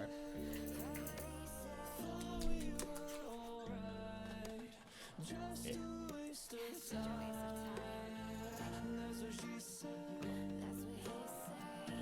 Okay. Yeah. I need to learn some of those like softwares, cause like, oh yeah, D&D always got me acting up, man. We finally got back because we on the Tuesday campaign because we had to take a pause for it because I had to go into my IT school I went into and it got hardcore in the way. And we just had our first like good amount of RP session to kind of get us back into the groove of that, and I get to play my one of my favorite characters I've made because I've got 2 running right now. My one that usually goes into the Monday campaign is he is a Draconic Sorcerer, a White Dragon Bloodline. He's got like 2 levels of Wizard to like kind of like it's just to like I made it fit into his backstory like why he got that little bit. He went for the Divine to just to cheat those dice rolls for fun. And he's, I think we're level 9 right now, so 7 in Sorcerer, 2 in Wizard at the moment. He's a lot of fun. His name is Penn Blackstone. He is more of like the utility caster kind of guy. He has his ways of dealing damage, but he's more of a like if we have a thing we need to be done, whether it be something the most simple thing to like we need to get past this, he'll usually have something in his toolbox to help out with that. And if we don't, the cleric can help too, because they got some really good spells too. They can get that just busted. I'm playing a level 13 Artillerist Artificer Dragonborn. Oh, you just point in somebody's direction and make it go away. You're like a living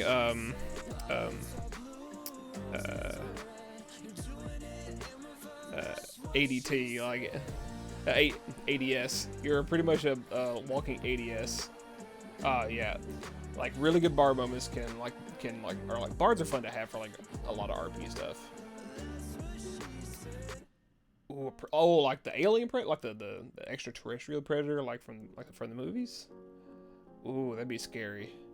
Oh yeah, like you have the Dragonborn, and you got the weird like look and with the armor and the ballistics. Yeah. Oh, I like that flavor. Yeah, bards can be fun, especially if you actually play them right and creatively. And you don't go the horny bard route too much. It's like as fun as that is, it's a little played out. We need more horny paladins, less horny bards. It's also like I need more rogues that lean into the Bilbo Baggins and Indiana Jones route, and less edgelord assassin. Like I need some really good variety rogues. Like I want to see like someone who's like Robin from the Teen Titans, or I need like I said Bilbo and or Lupin from Lupin the Third. Like get us some really fun, flavorful rogues. And see, I think the funniest character I made was a bard that was gay but had a phobia of mammoths. How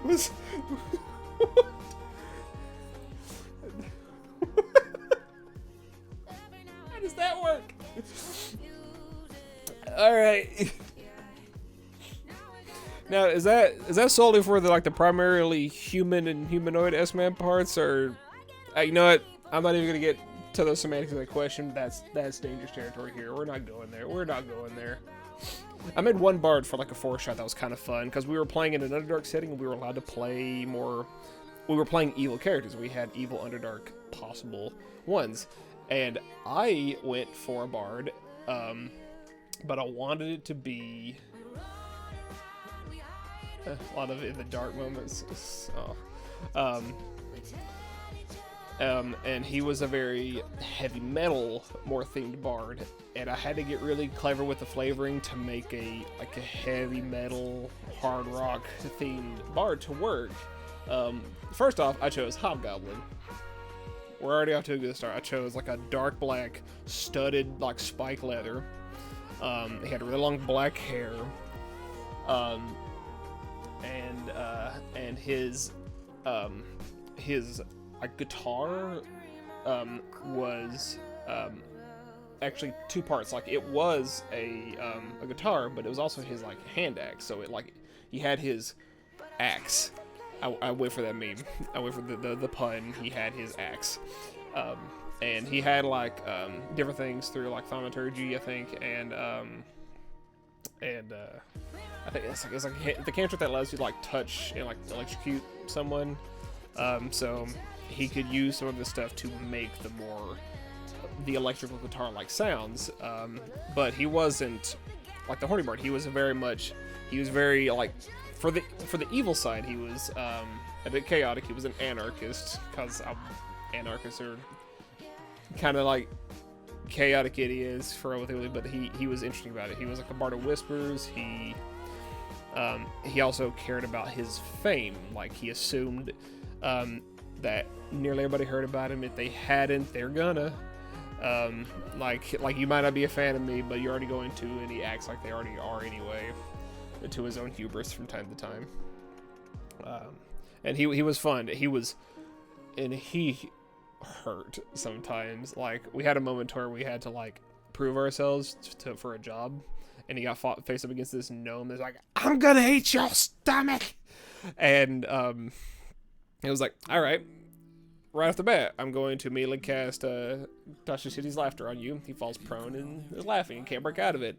I immediately back up and disengage, and I start like releasing shatters into him while I do this like deep, like just disgusting sounding like chants, and almost to the point of like, well, I couldn't do this, but like the character is like doing like almost Mongolian throw-singing kind of thing, while he just slams the guitar and sends shatters while this gnoll is dying to explosions of like sonic booms.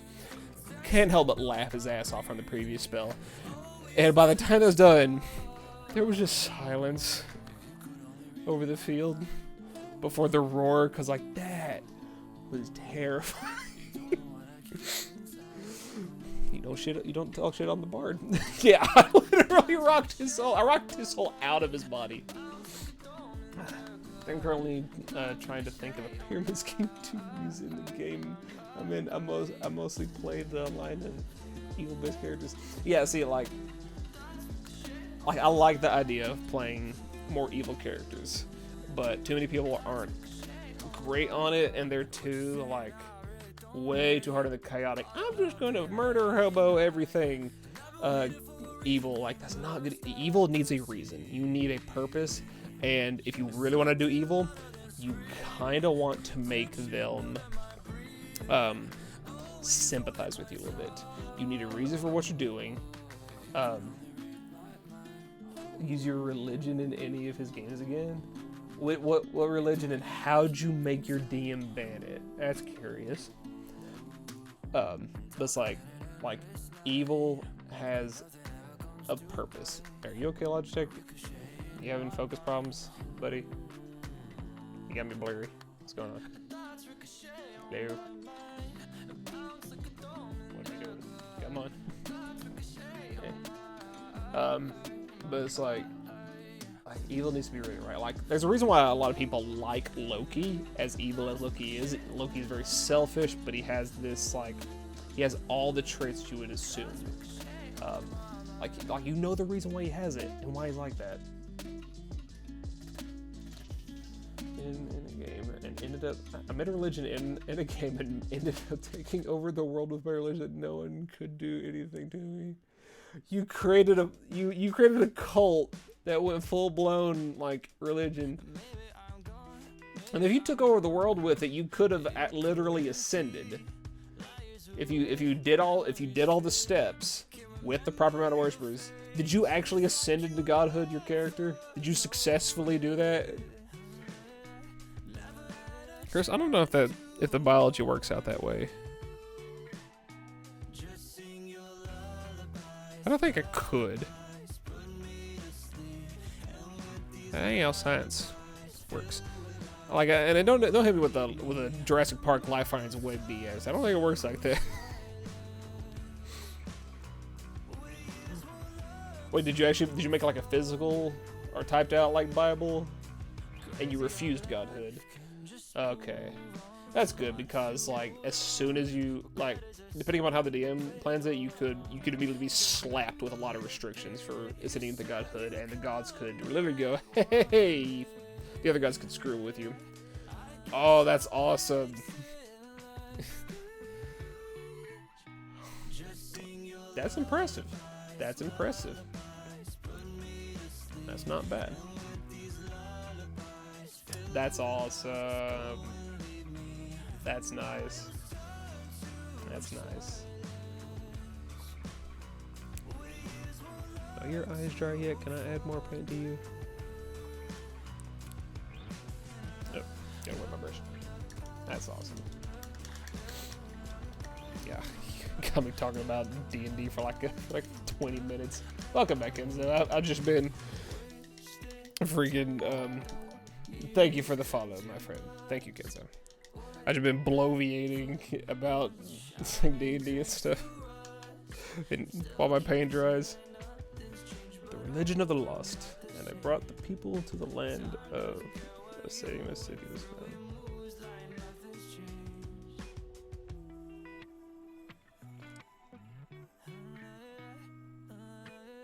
Oh. Oh, interesting. I like it. That's interesting. Alright. Alright.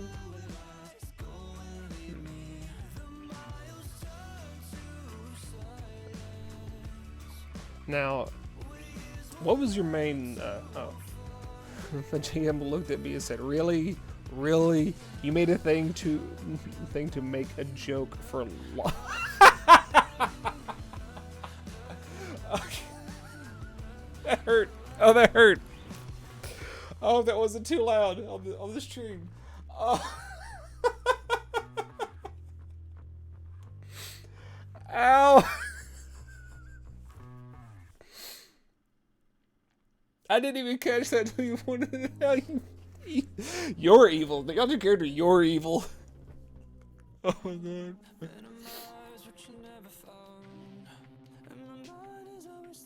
god.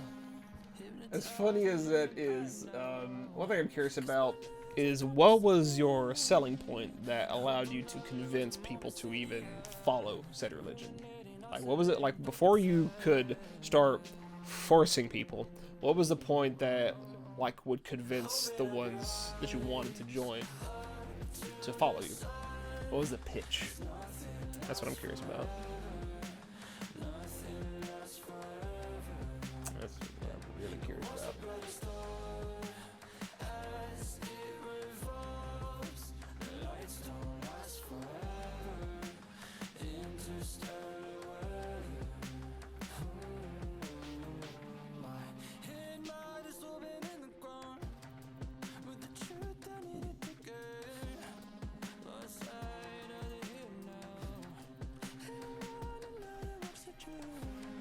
I had a couple false memories and convinced them that they were images of the future. If they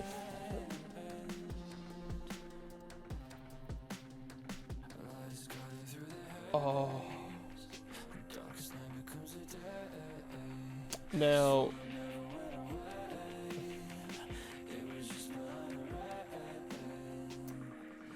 so you literally created fate. Like you gave them a like a false premonition,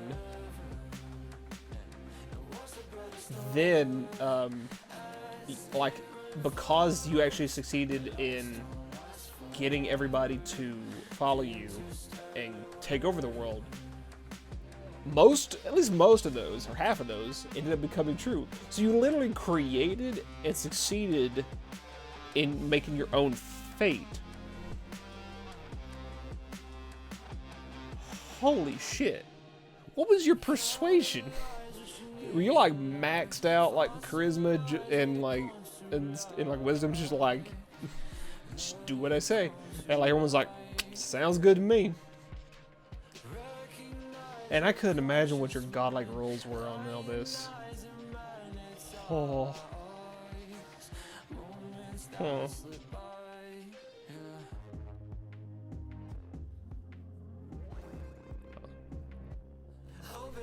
Don't you what me, Kenzo? I saw that.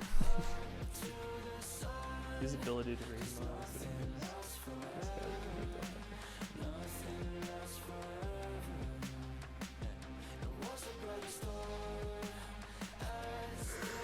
Oh man.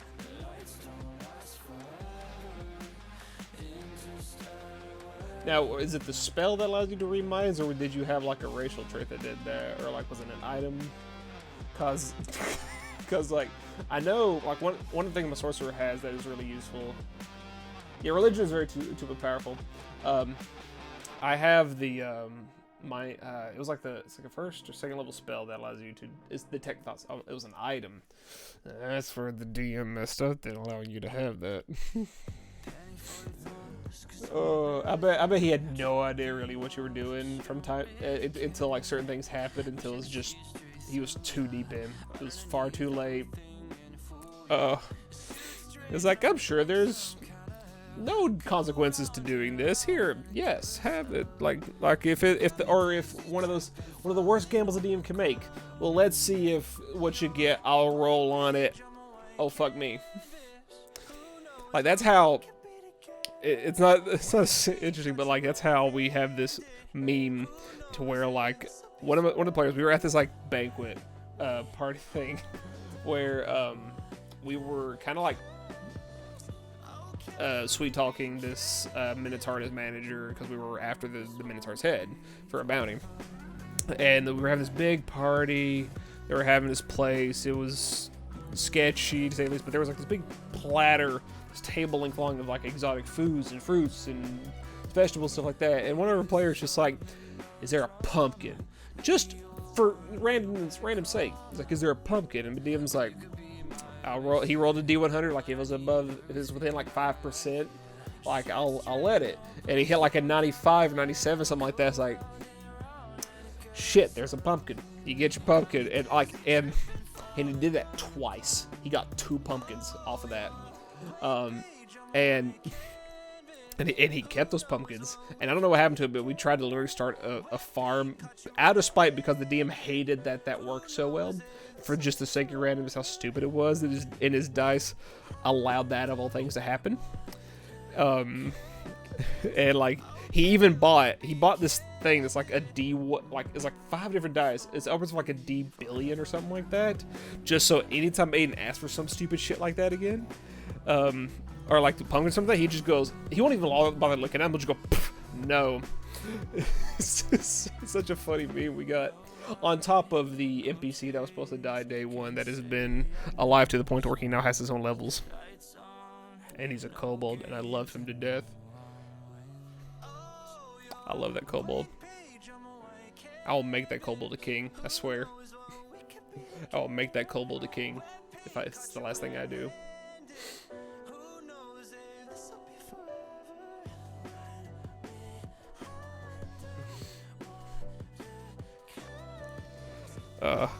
I really like D&D.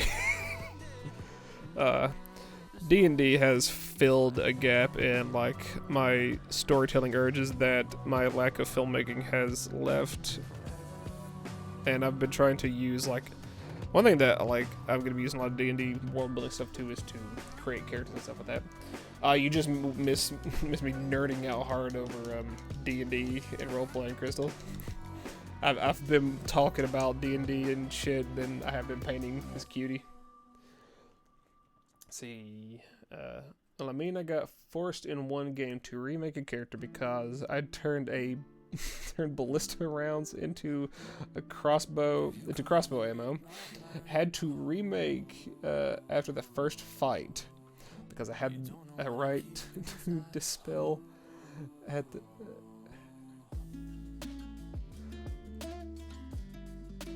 Oh, make a small spiel on the blizzard. Wait, a small. I've seen that before, where someone like has like a ring of dispel at the end of like a say like a flintlock pistol, and they used reduce on a cannonball, so you can feed it into the thing, put the ring over it, fire the like normal ammo-sized pellet out the musket, and then it becomes a cannonball at the same velocity. So you're just rocking around with a pocket cannon. Your DM lets you get away with too much stuff. I bet they learned a lesson that day. They definitely learned a lesson that day. Oh my god. Oh my god. Oh. I gotta get real creative a lot of the times to do stuff, because like our DM is very cautious. He's DM'd a bit. Yep, it's straight up a pocket cannon. And like one thing he does well, and like sometimes it becomes difficult, but he is very careful and you call it stingy on giving us gold and currency. But that I like what that brings to the table for us. We have to be very careful and budgeting and creative with what we have, and I like that. Some places give us a lot to the point where we don't know what to do with it, but then with his, we really gotta like be careful and get really creative. Like, see, I'm not welcome at some GM's tables because I do stuff like that. I'll be honest with you, not to I don't know them, but that's a little bit against you, DM. If they don't know how to work around it, they are literally the god, the creator, the weaver of fates and rules of that realm. They get to say what comes and goes, and if they can handle a player who's smarter than them, that's kind of on them, not you.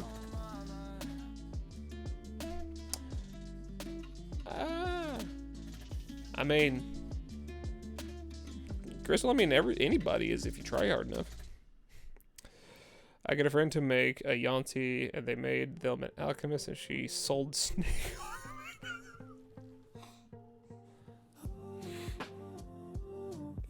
I both love and hate the puns out of you and your group's characters. Something about a Yanti selling snake oil is one of the best things I've ever heard. That's so stupid. That's so dumb. I wish I had that level of creative punnage. Like my sorcerer right now, like because I wanted them to be more of like a sleight of hand, like practical magic with real magic kind of guy, where he liked his illusions and stuff like that. And his name, first name was Penn from Penn and Teller, and Blackstone from an old school famous magician. So he's got his name is made up of two different real life magicians. Bribe was so overwhelming. Bribe. Is that the name of the character or like just the skill?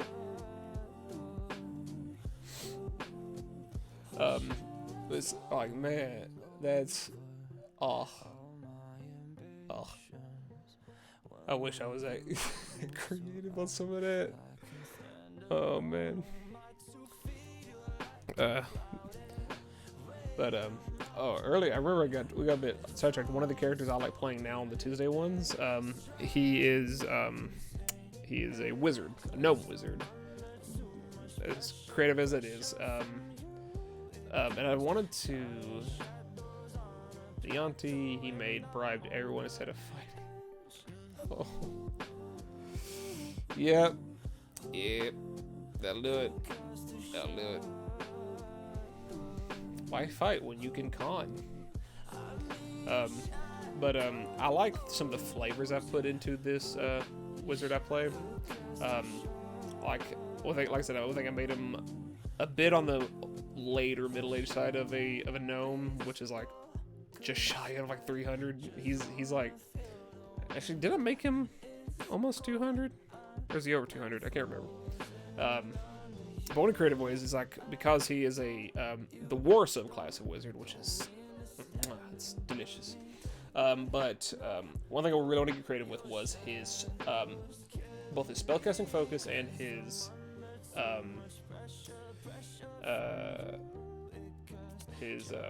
spellbook. And it made it tie into the backstory. Like, he, for a very long time of his that's a good question. Well, you recently got a hold of a game I'd much like to play with anybody who has it. Whenever you want to play Monster Hunter, I'm down, man. If I'm not having to work during the time. Like, I'm up late right now because I've got the night off, but normally, yeah, I definitely like to teach you some Monster Hunter. Back in my Wizard's Past, his name's Orin. He is a soldier. Like, he always wanted to be a soldier. He always wanted to help the country, and especially around the time, like, when he ended up joining, we were in, like, a big feud and war because of just this absolute dictatorship of a... Monster Hunter, you can play, it's a co-op, it's like PvE kind of thing. You can have up to 4 people in a hunt, and you can have up to, like, 16 or so players in, like, the same, like, session. So everybody splits off into 4s, 4 people to 4 doing their own thing. But yeah, one of the annoying things that World has, and they still not patched out, is the ability, like, that when you're doing your very first missions for the first time, you're running into Monster Hunter, there's usually a cutscene, and you have to wait till after that cutscene for someone to be able to join. So if you have 2 people trying to go through the game for the first time together, there's a bit of like a hiccup of trying to do it together, but it's what it is. They fixed that in Rise, and it's not too much of a hassle, and I think there's possible ways to mod it out on PC, but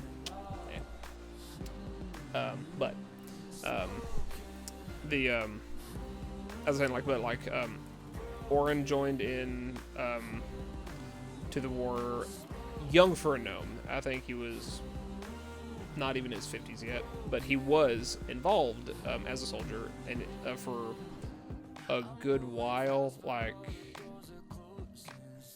for a good majority of his life, just common soldier. Actually, he was in there before the war started, and then the war happened, and that's where he met a very close friend of his that became more later, named Wellesley. Wellesley was a up-and-coming artificer, one of the first ones for this world, because they're not quite a common thing. And Wellesley liked to experiment. Wellesley liked magic, and that is where Orin developed his interest in magic, because he had an interest in Wellesley. Because Wellesley was like one of the few people, like Orin was a fairly clever and smart guy, and Wellesley rivaled him quite well at what bloomed their friendship. And Wellesley was trying to make something that helped with the war, and it took Orin off the main lines very often, and they were more of mages for the war, to creating stuff, finding information, and because of some of the other traits, they would be more sneak in, figure out stuff, get out, because of magic. But the unfortunate happened. One day they were stationed out, and they weren't even expecting to fall into much combat at all. And there seemed to be you call it an ambush if it wasn't so large, but there was a big fight that brought out enemies appeared on the lines where they should have been, and in that, Wellesley lost his life, and that broke Orin, and he to the point where it caused him to end up having to leave. But he always kept the thing Wellesley made. This was actually a modified gauntlet, like a big war gauntlet that was made and fashioned into this crazy, almost scarily, because it had like a lot of like brass copper creation that to like a normal human it wouldn't look too big. It'd still be kind of bulky, but to a gnome it looks massive on their arm. And it is built to where like the focus is right here on the top of the hand. So like the gauntlet is part of the focus, but then it's got like different compartments and customization to where you can add things like the pearl for identification, and other things for like say the diamond for chromatic orb and stuff like that. Like any sort of like component you would need that is outside of the focus realm. Even places to like, let's say if you're familiar, it could double as the brazier where you'd put the charcoal instance in. But back here, way back here, there's a mechanism that rotates and stores slots. And these slots are these small, like about an inch thick or so, stone slabs that are made out of different types of minerals. That is where you calculate the cost for the spellbook stuff.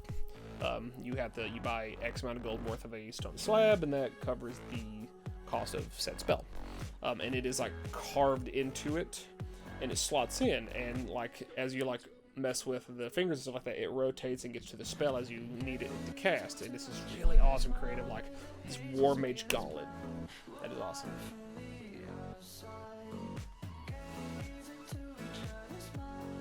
Yeah. It's kind of like it's not quite as spherical and bulky. It's more like kind of like sharp. Like I guess the closest thing you can imagine would be like the big glove on War from Darksiders kind of thing, a little bit, and more of like the scariness, less of the smooth roundedness of Hellboy, but in the same vein, like big ol' arm like from Hellboy. And he keeps his slabs in there, and he still has like these like bandolier, almost like belt-fed looking leather wrappings for the spells he can't prepare for the day, but he has them for like ritual casting and stuff like that. It's really awesome. He even because he's playing a more power level, sort of like we're going to go pretty late to the levels of this campaign, and he likes to throw hard stuff at us, so we made us slightly powerful enough to have to meet up with it. It actually gives me a plus to my spell attack save throw, and it's going to upgrade as we level up. Like the items are like wondrous in nature, they start off at a low level and will scale with us, and he's doing that just to have an excuse to throw very difficult encounters and things at us, which yay. We are like really early level, we had to fight a white dragon, and that almost killed a couple of us. Like, if I didn't pass my save throw on a breath, it would have took me out. But I built my gnome with Constitution. Like, wizards are squishy, but I made him thick. See, I would like to do a Monster Hunter collab. Might start the campaign on my own for the first stream. Yes. If you want any advice on anything, because like Monster Hunter can be something that can be tricky to get into, but once you start to really understand it, it hooks. Well, the game I'm in right now had been going for a year and a half. The GM wants to make it to level 20. Yeah, like, although that can be very tricky, because like literally like at a certain point, like I think it's like level 14 to 15, players start becoming very powerful, and you have to throw very dangerous, very risky, like CM stuff. You know, like it could become a hassle. Like you tread a line of they're just gonna like absolutely clean house, or you can TK in 2 rounds. Let's see, TPK. Yeah, let's see. My backup character is a Yanti. I made some good with some god rolls. The GM was a dumbstruck. Strength 13, Dex 17, Con 14, Intelligence 18 plus 1, Racial Wisdom 15, and Charisma. Oh, Orochi Greywater's name. Damn, man. Your lowest roll was a 13. Sheesh. I think we're like...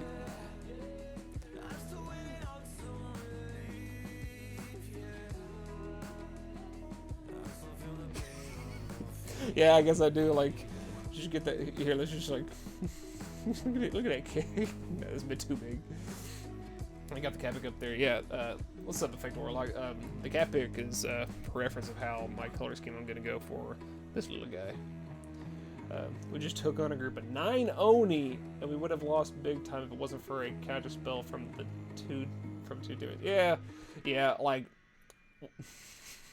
one thing that's fun that I've noticed when it comes to DMs and casting is that counterspell becomes really annoying when you're on the receiving end until they start giving the enemies counterspell, and then it starts becoming a game of Magic. Yes, Code of Cold hurts a hell of a lot, and I kind of hope my sorcerer gets that because he gets to add his charisma bonus to the cold damage. Hey.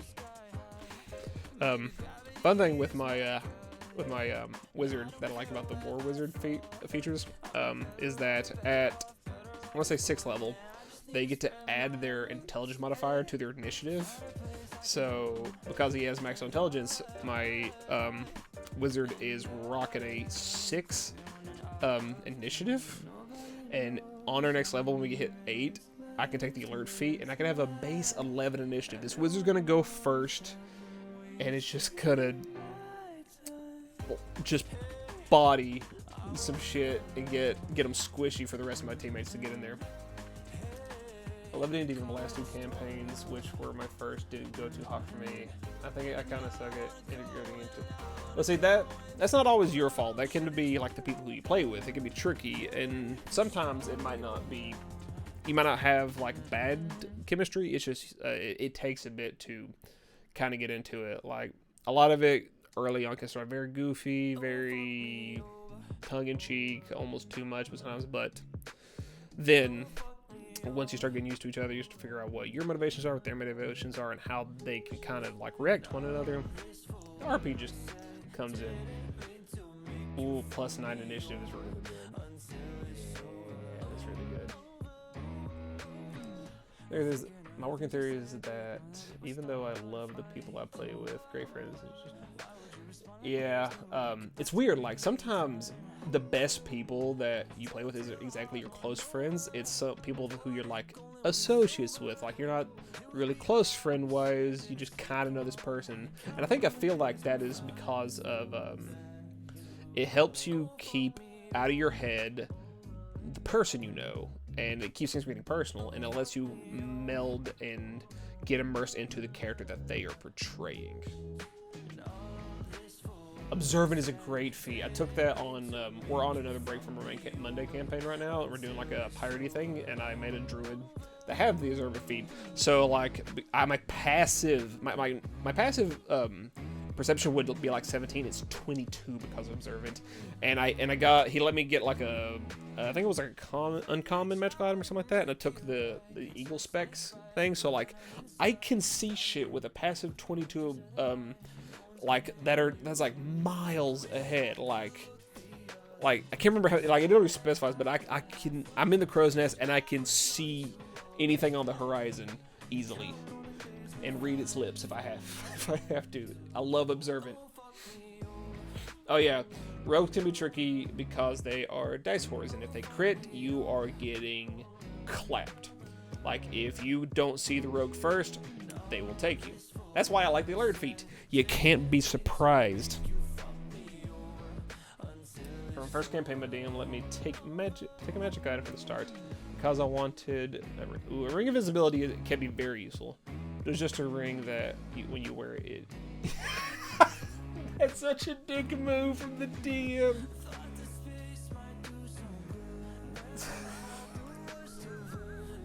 Hey, you keep that ring. If you were still playing that, you keep that ring, and you find an enchanter, and you have them rip. Oh, it was your idea, okay. But I'm saying like you work with this. You have them rip that enchantment out of that ring and meld it into a proper item that works for you. Like you can still work with that, but like that's funny. I like that. I like that. It's like it's ring of invisibility. Like that's especially funny if someone pickpockets you or something like that. It's like, oh, I got this sweet ring. It's magic. It has illusion on it. It's like, what's this? What the fuck is this shit? I asked my GM if I could use fighter style archery to up my firearms. He said yes. So I also have bracers of archery. As for the rogue, I meant to lose it. Oh, in the initiative roll. Yeah, rogues are also like Dex initiative hordes. You know, yeah, they're gonna go. I think some of the only things that can beat those is if you built like the stereotypical Tabaxi monk with the mobility feat, where you just like you're fast as fuck, you're going first, you run a mile a second. Yeah.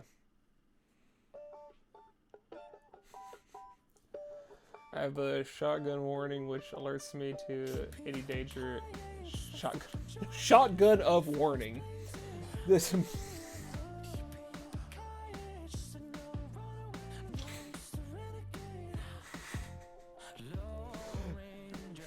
shotgun of warning. I don't know why I'm just imagining like enemy gets in within like 30 feet and you have it like slinked over your back, like pointed in the air, and it just fires. There's an enemy nearby, and instead of like it kind of like giving you a little tingle of spider sense, it just goes BANG! Yeah, it's a warning for them. Yeah, it warns you, then it becomes a warning for them. Oh man, that's funny. Man, that's a Borderlands 2 shit. Like, cause you can get a gun that talks. It is the funniest thing. Yeah. Yeah. Then you better hope. Like, yeah, you're also gonna lose your hearing, cause it's like even if it doesn't hit you, it's like 3 inches away from your ear. Like that eardrum's gone. You're not getting it back. Oh shit. A freaking shit talking drill sergeant shotgun. That's good. That's good. Let's see. I keep getting mind sidetracked. I keep forgetting what else I was gonna say. Oh yeah. Oh yeah, that's why I like the alarm spell when it comes to like casters. Like, oh, like you're gonna go sleep, or like with my wizard, the best thing. Oh, affection war, like thanks for the follow, man. Appreciate that. The alert spell is really good, but like, I'll usually put that up on like around, and then I'll make Lehman's Tiny Hut as a wizard. So like, they're not gonna sneak up on us. And they're not gonna get to us after that anyway, and we can they can't see us, and we can just fire non-magical shit right at them. Yeah, I mean that's fair. Like I've been needing to wait for some of this paint to dry anyway, so I can add more coats. Like this yellow's being a real pain, honestly. Because if I don't let it dry, I'm just gonna move it around. Honestly, I get it close 1 second. It's gonna be at a frame, except for this. Hey, look, it's in this frame now. But yeah, like I will go on and on about D&D if you let me. I like it far too much. Like I thought about at some point after streaming for a while, and I can afford the time, doing like a really long form, like a challenge kind of stream, like almost never ending, but like. Because I really want to 3D print and paint some terrain, and the goal would be to create like an X amount of like sets worth of like, if you wanted to buy this, of terrain that I have to try to like get painted with a certain time and just go for hours until I get it done. But that's something that's an idea for later. We'll see if we get there. Let's see if I can keep that entertaining too. I might have to mix in like some like media share stuff or whatever just to keep things fresh. Who knows?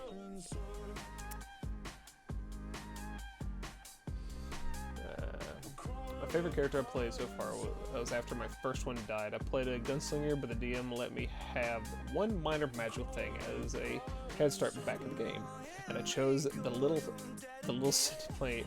I forgot what it was called. I can't quite remember. Because like I know there's two different things for like sentient plants. I think there was one that's technically Unearthed Arcana, not quite official, but it could be using like homebrew stuff. And I think there might be an actual sentient plant, and I do not quite know what it was called. There's some fun stuff. I thought about taking a spell for my wizard that allows me to choose like a small like trinket, and like for like I think it's like it's anywhere between 1 hour to 8 hours. I can't quite remember. It like grows out limbs, and it's just a little thing to follow you around and do stuff, which would be fun.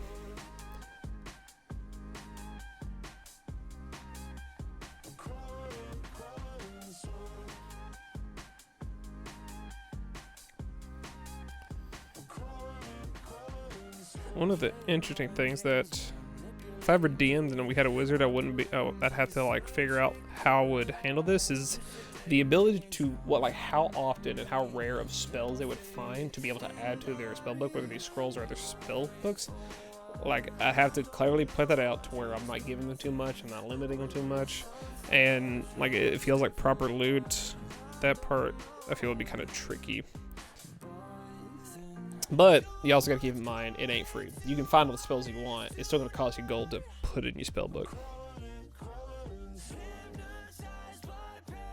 Always.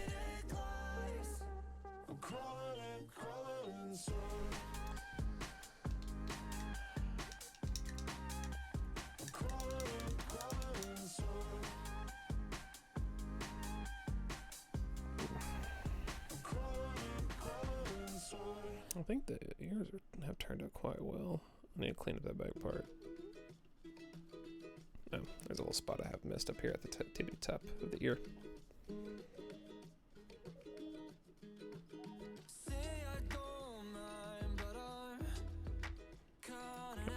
Cleaning up lines at this point. There we go.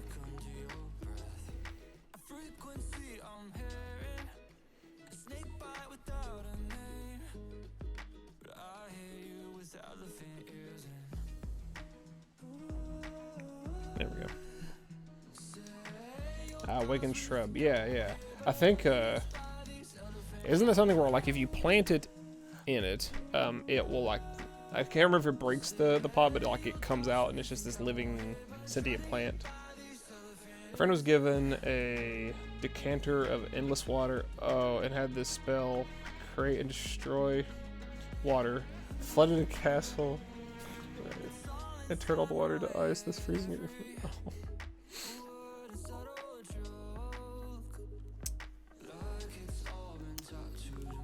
Interesting.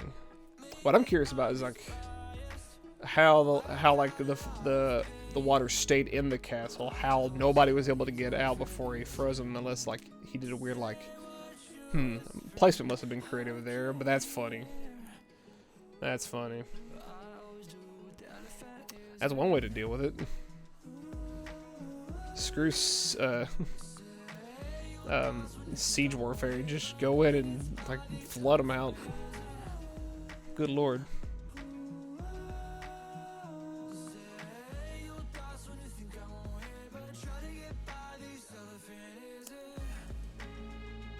Just a stat sheet for it. You work at a plant.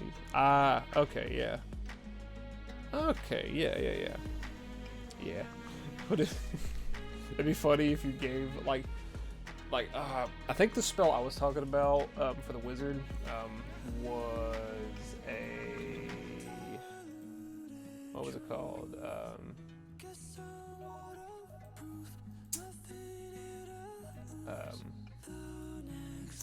It's from Mordecai. No, not Mordecai. How am I forgetting the name of the book? A throw master that uses his whip, overturning for the weapon, and just kept tripping enemies from her. Oh. He was badass. He needed to remove a crystal from something, so he hit it to dislodge it in the middle of a massive fight. And we had no hands free to catch it, but he did. That shrub putting in work. No.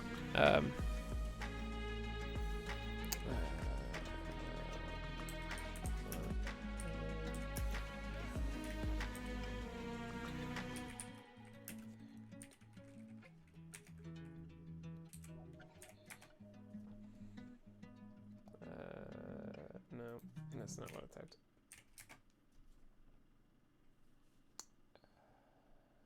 Not Tasha's code. Xanathar's Guide to Everything. Yeah. The spell allowed you to pick a small item and it became sentient. What would have been funny is if you had something like that and you could touch one of your firearms, so you have your guns out, and then you have another one that's just alive with his hands outside, and it shoots itself. Ooh. Oh. Ooh.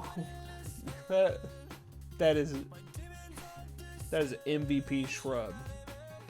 Defeating the odds. He must have rooted himself into the ground. But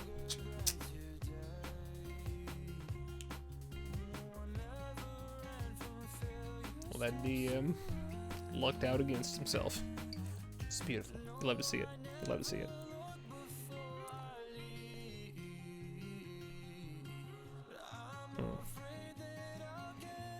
This damn yellow.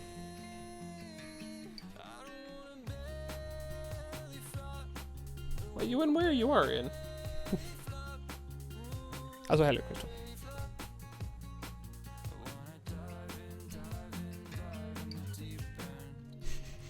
Huh? Poker, you Crystal's like box things making me think of that episode of SpongeBob where they got like the big TV just to have the box. And like they have like the very realistic sound effects of like stuff happening in there, but then when like Squidward opens, you're just in there. Nothing happening. It's just their imagination. Imagination. It's the first thing I think of.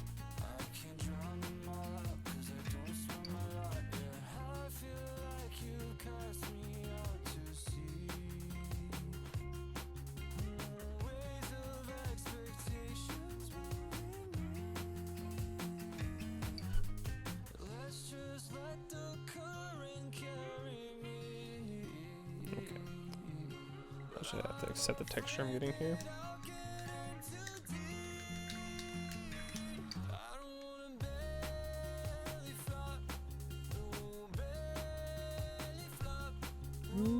Belly flop.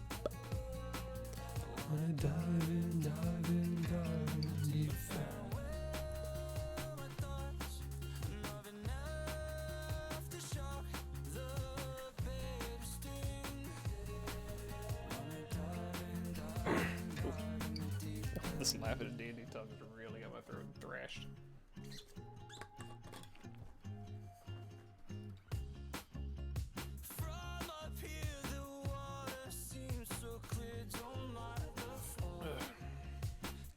Hey, Giddy. What's up? How you doing?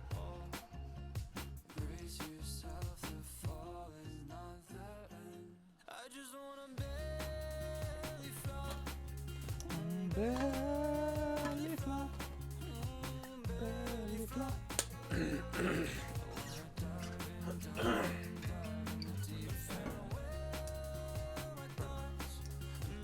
Well, that's like a long time ago. I had a date set up to meet a person, but they didn't want to go out. I said, okay, do you mind if I come visit? You can have company if you'll feel. You can have company better. I showed up the pillows, a sheet, sandwiches, and drinks. Made a pillow for a picnic for our first get together. Aw, that's awesome.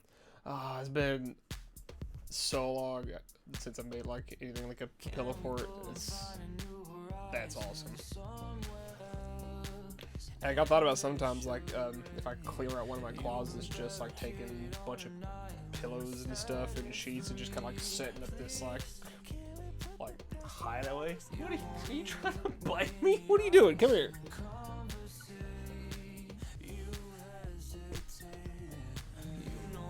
My cat wants my attention. Yeah, the pillow forts are great.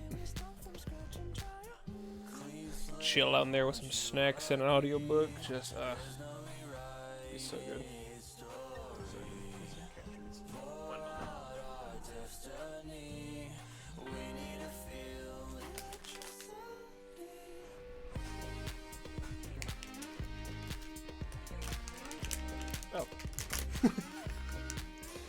heard the bag open. Let me get it out of the bag, dude. Chill. Chill. Oh, hi. No. Oh, that's your tail. You bump the mic so much. Hi. Hi, how are you? Jeez. Okay. Here. There you go. You're missing the tree entirely. Oh, come on. Here's another. You only get two. Okay. You keep missing the tree, my god. There you go.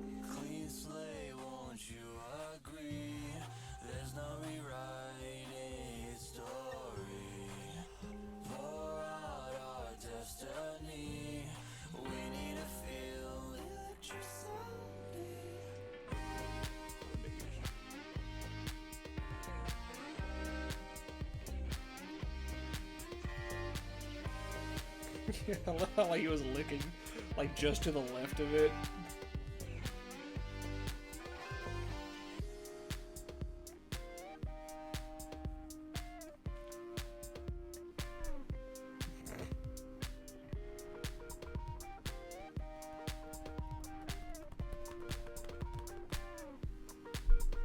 There you go. Alright. So don't go trying to bite my arm again.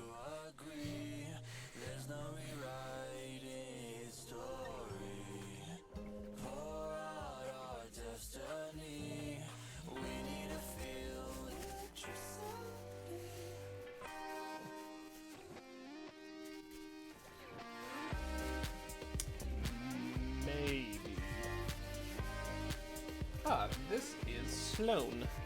He is, he's about 7 years old, and he actually used to be my brother's and his family's, but they had to move into a smaller living space, and they had to, like, they were able to keep the two dogs, but they couldn't keep him, and they asked me to take him in, and he's lived here since, and I believe he's a lot happier when he doesn't have to live with two dogs that don't want to give him space. Yeah, go ahead. You can grab that link. But yeah, he is. I'm not good with cat breeds, but he's got big old grayish blue eyes that are just like cross-eyed a lot of the time. He's a big old dorky boy. He was not the worst overweight, but he was a chunky boy when I got him because he kept getting into the dog food. But now he's lost weight. He's got that little like flab of like belly skin that sways whenever he wants. He's a goofy little dork and I love him. Let's have a look at this. Pause that for a second. It takes a pet like no problem. Yeah. Right? Not afraid at all. That's a great cat right there. Yeah, that's a great cat right there. That's a great cat right there. Actually, 1 second. Boop. Boop. Boop.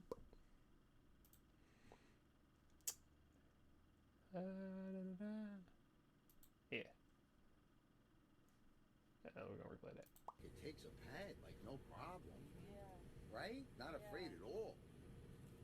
That's a great cat right there. That's a great cat right there. That is a great cat right there.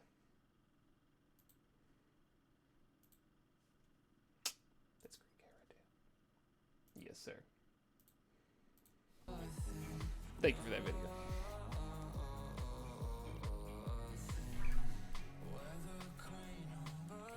Okay. Well, are your eyes dry enough to... No, actually, I don't want to add the irises just yet. Irises are going to have to, like, come last. It's like the highest part here. What I'm probably going to do... I need to start figuring out... That's a good way to spend your time, Warlock. That's a good way to spend your time. I need to start getting creative with the shading and highlights here, which is going to require me to get a good dark shade of gray I want to start with and figure out where I'm going to start putting it. Because I'd like to add what will be called complex detail to some of this color. Because the point of this, well, one of the points of this is to get good practice in for shading and highlighting. And you can't really shade much more than black, but black is the base, so you can go up from here. I have not made, I'm on Discord, but I've not made myself a Discord channel yet, but I am on a few of them. I'm on too many of them. I'm most active in like Norris Penguins, Clary's, and a little bit of Porcupine Builders. So if you're at least on maybe Penguin Dustins, that's a good one to find me. I go by the same username as I do here on Twitch. Maybe if I start actually being able to consistently keep this up and get a decent following, I'll consider it. I'll consider it. I'd like to have one, but I want to make sure I myself can stick to this before I do something like that for it just to be abandoned. So if I can stick to streaming and keep this going for a while, I'll make one.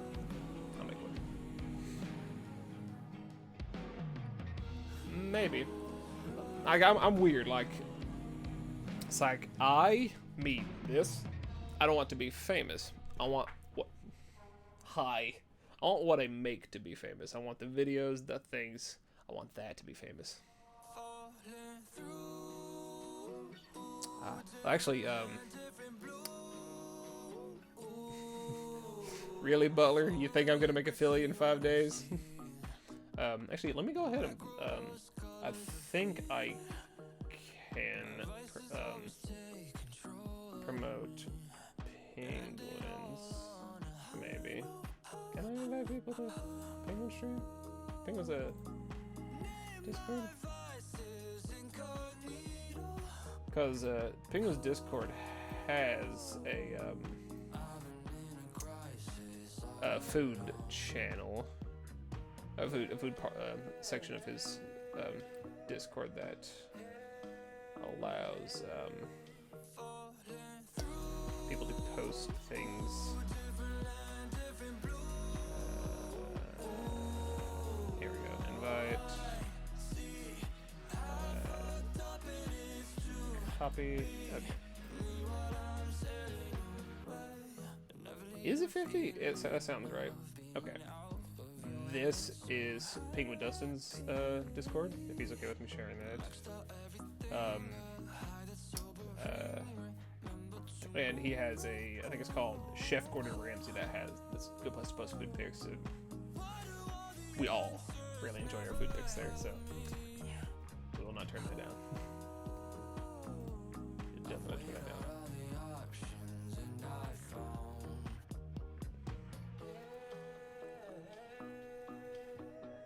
But that one, the Penguins Discord, I am quite active in.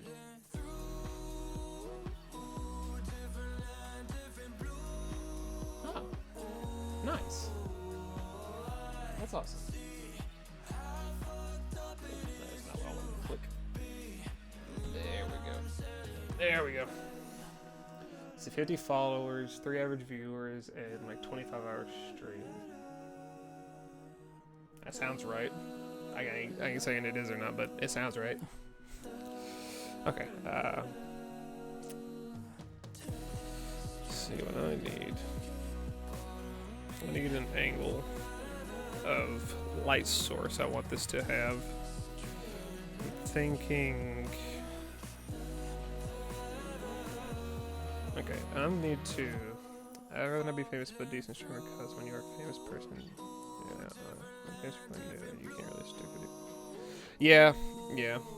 I feel that. Like, there is a lot of hassle to being famous when it comes to, like, the face of something. Like, you are famous, but I like,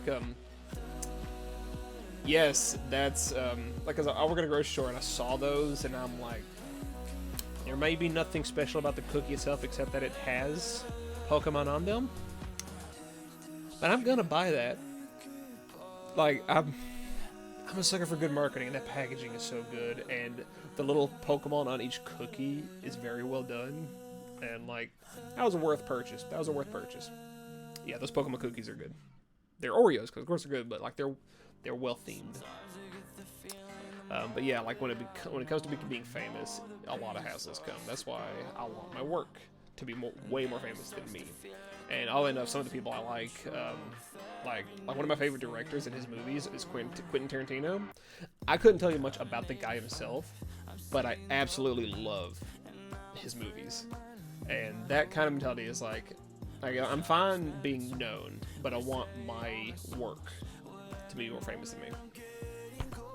I want to be known for what I make, not who I am.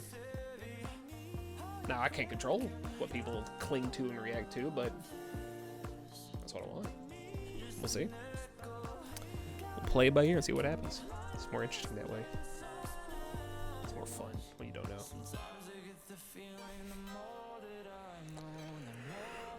second. Go stretch. Potty started the tense there a bit.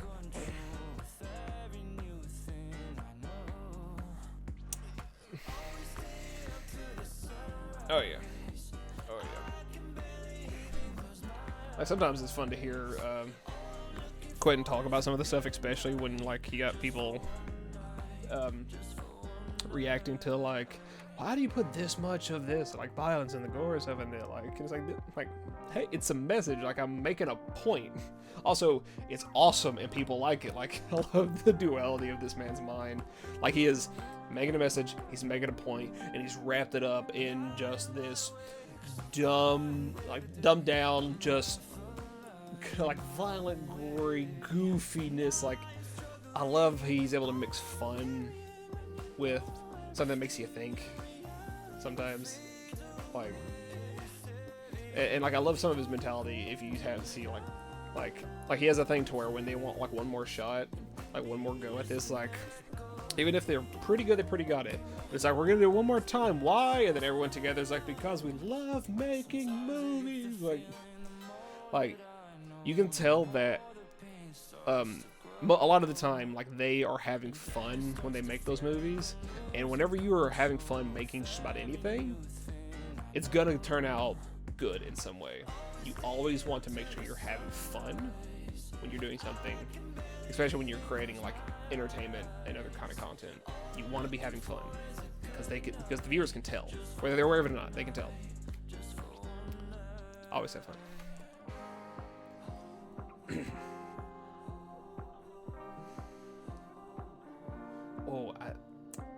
Have I seen Desperado 2? Is that one of the ones I've missed? Because I feel like that's one of his older movies.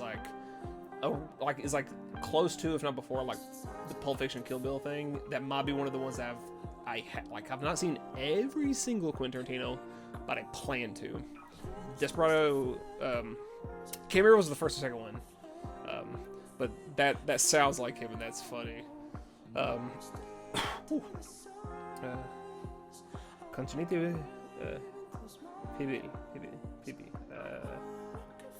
What is that? I need to look that up. I'm gonna look that up. That sounds tasty.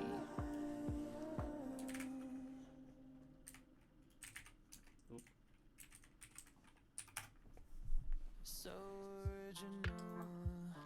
Ooh.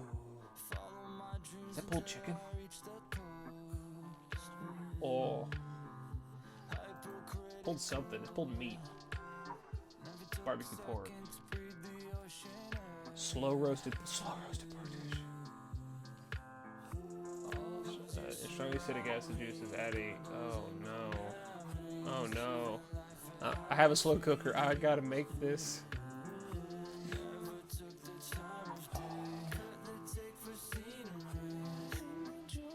Oh no.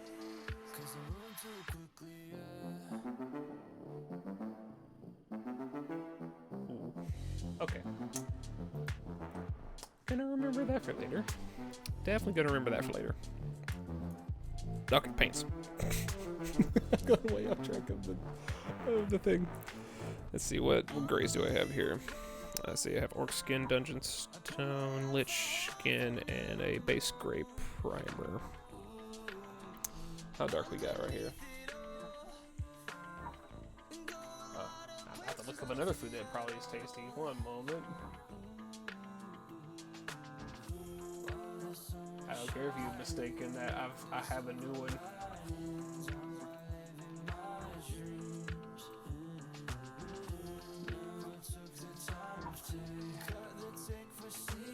It still sent me to the same thing, so either way, I think you're right.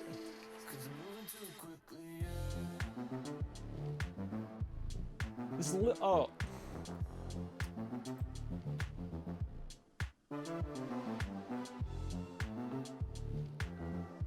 There's literally a video from Bidgey with Babish, or our Babish Culinary Universe, that says Puerco Pibi from Once Upon a Time in Mexico. So I'm gonna save that to watch later. Ooh, I got some foods to cook. That's for sure.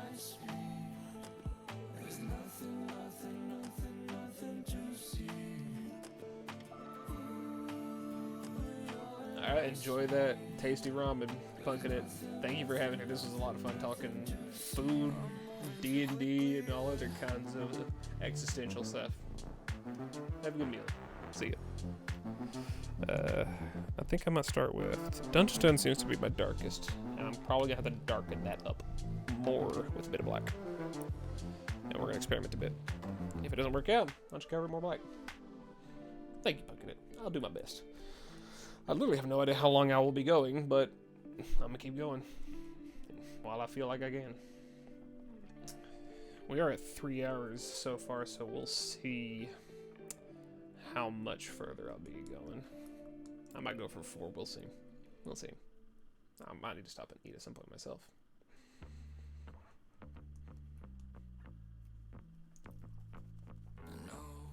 Remember, shake it if he paints, everybody. You always shake it if he paints. I need to actually use my phone to take a picture of the lighting angle I want for this, so I know where to put my highlights.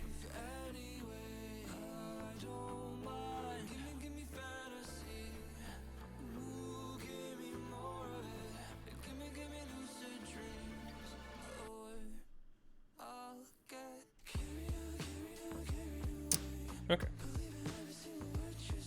I might be able to work with that.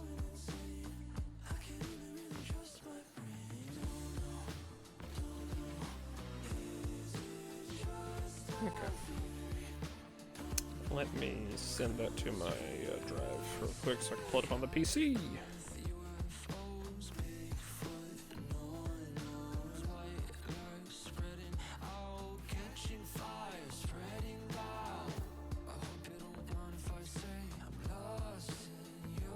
Lighting reference. Save. Okay. That's there.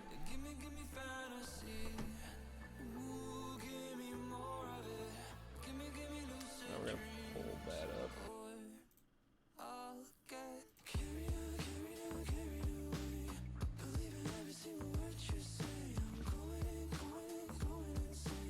Now that we have, I feel like I got a good lighting reference idea.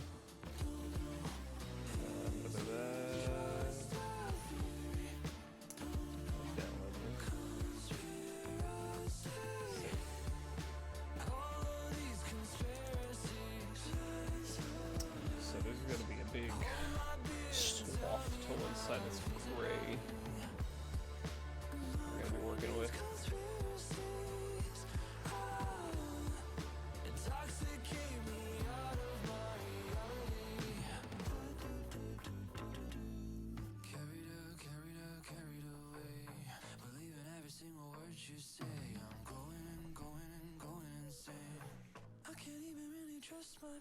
Ooh, culture.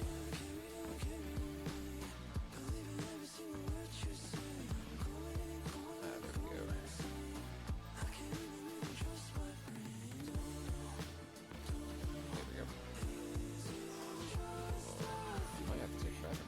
just a second. There we go. I'll have that ready. Okay. Interesting. Now this might have to stay its color. This ear. And this part's gonna have to become darker. Okay.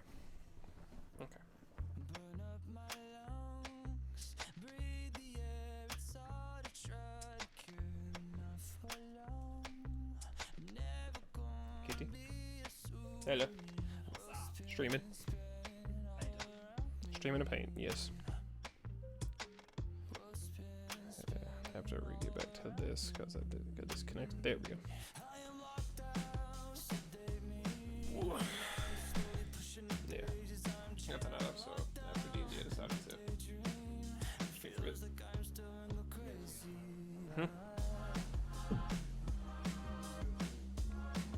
Okay.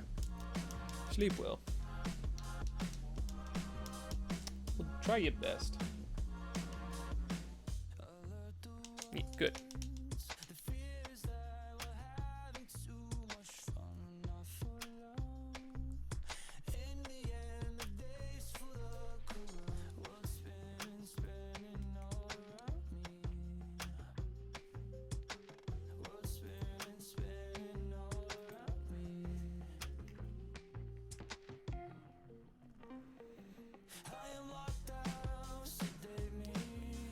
Come on, Dungeonstone. There you are. Pretty dark gray.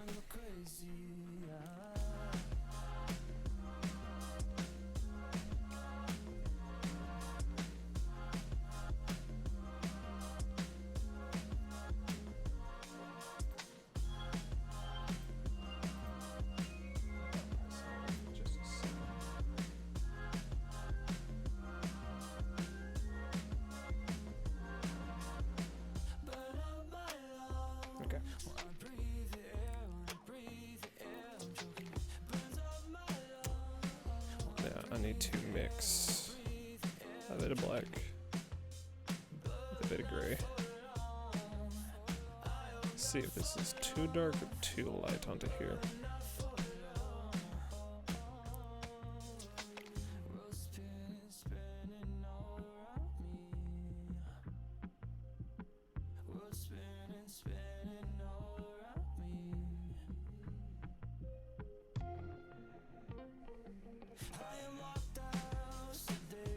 Stumps around right here.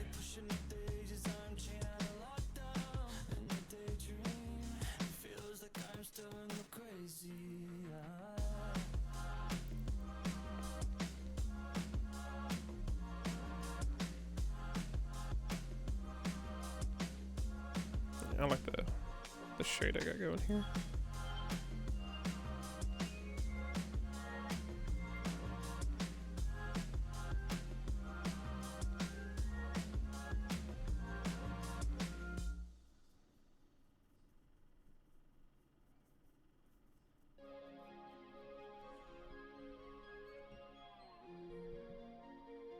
I'll have to clean up in there a bit. I didn't need to go that far into the crevices.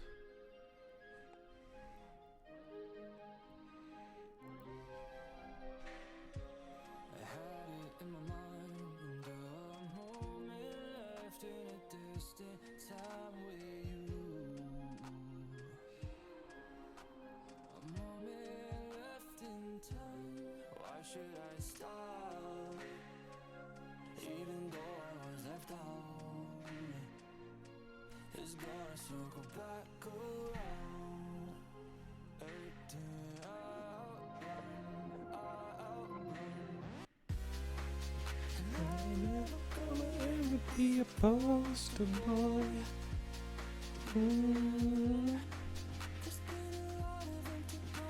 The paranoid, paranoid.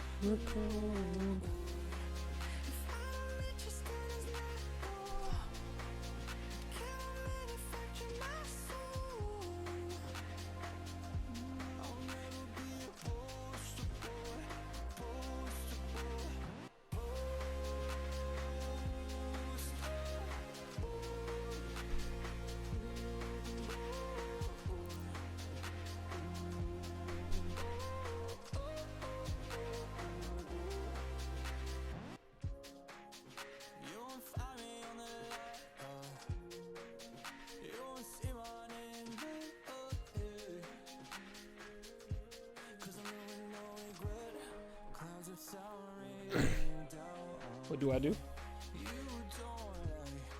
Oh, like my job. I am my technical title is the assistant night stock manager. In our grocery store, we close around our time midnight, and we go in a little bit hours ahead of time, and we stock the shelves of the product. That's the most simple term. We stock it up, straighten up the shelves, make it look good, clean up the floors a bit, maybe do a little extra things if we got time, but it's about as simple as that. Just a good few of us, put out a large amount of product on all the shelves that are just the normal, non-refrigerated, non-frozen, just the dry grocery, just do that overnight. That's why I'm up at such a weird hour for my time zone, because I stay up for work and I don't try to get weird with my sleep schedule. Got me working all night. That's what they do.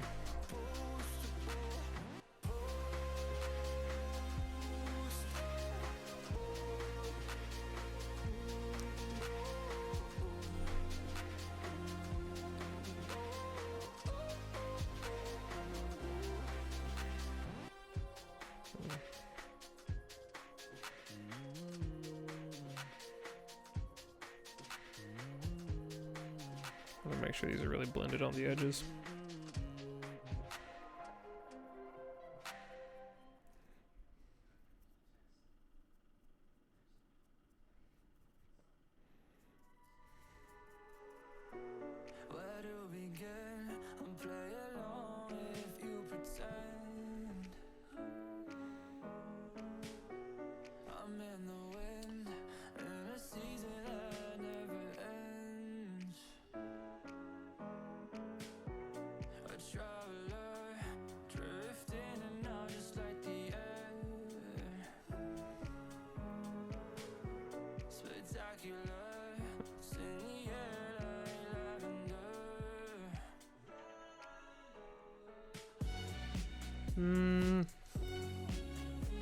No. Nah, that's not quite right, Crystal. Close. Close. She's not quite right.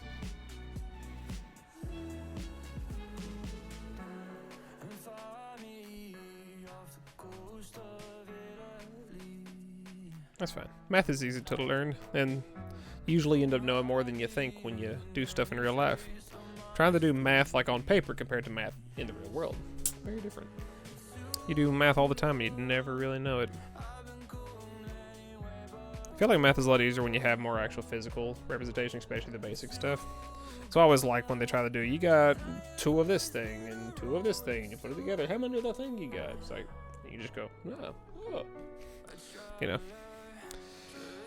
Like, just trying to constantly have people like memorize numbers for the sake of memorizing numbers and equations is not the best way to teach them math. You actually have to give them like practical uses for it. That's why people don't like math. Like, they're just, the thing is, like, it looks like hieroglyphics to a lot of people because they didn't learn it the right way. That's why when I was the short amount of time I was in college before I dropped out, one of my favorite classes that had to do with math was called problem statistics. Probability and statistics, because I could see practical use of it, because it was like, what were your chances of rolling this on the dice or pulling this color of like a marble out of the bag of all these things? Like, you were learning how to calculate chance, and that was fascinating to me, and I loved that. There we go. Dislodge that from my throat. Get that frog out there, boy. Get that frog out there. No frog in your throat.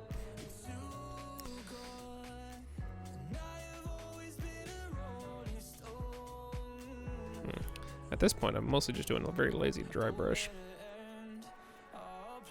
I need to water it down a little bit.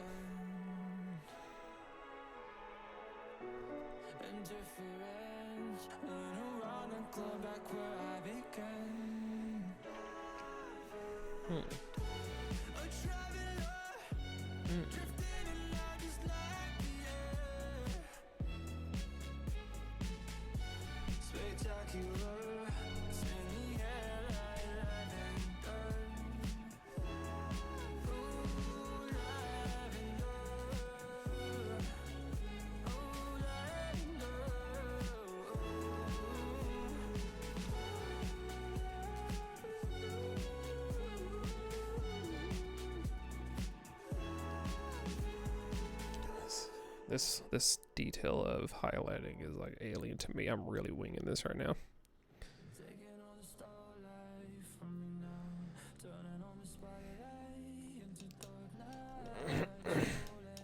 Yes, Monster Hunter World. You can play it solo, but it is also like up to 4 people in a hunt specifically. 4 people in a hunt kind of game. You can and one interesting thing it does about that is like when you're hunting a monster, if it actually increases the difficulty, like the monster's health and how much damage it does, depending upon how many people you have in your hunt. It's like difficulty, and it'll adjust like mid-fight too. So if you have people join in the middle, it'll compensate. So it's like the difficulties in a hunt are like 100 difficulty, 200, and 4. So I think once you hit 3 people, it jumps to the 400 difficulty. So if you're gonna have 3, you want to go for the 4 or just keep it down to 2, because 3 will just make it up to 4 difficulty hard. But it's like, yeah, I encourage it. It's a very fun game to get, and I love trying to teach people because when you have someone helping you and helping you the right way, it's easy to get into, because it's like it's hard to compare it to any other game. It's an animal on its own, and that's why it can get kind of confusing to new players. And it's like, I don't understand this, I don't know what's going on. But like once it clicks, you're like, this game is so much fun. This game is great. And I actually, it took me like 3 to 4 times of trying to play Monster Hunter, specifically World, or maybe 5 if you count like older versions, for it to finally like grab me and make me obsessed. Like, I am addicted to Monster Hunter because I just love that game so much. It's so good.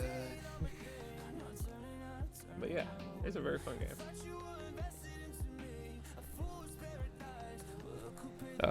Now, if you get like, because like World is technically quote unquote done. Like, there's no more updates coming out for it, but it's been fleshed out. So when you buy it, there is a lot of content and hours you can sink into it now that it is done.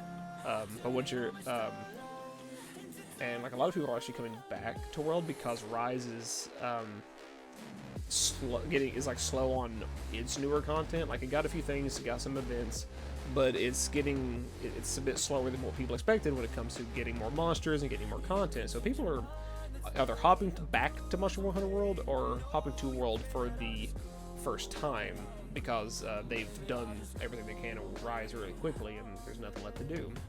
Well, World is that. World has, well, now it is. Like, when its early critiques was a lot smaller than some games, but now with Iceborne and everything else, there is so much to do. There's a lot to do. It's really fun. I quite enjoy it.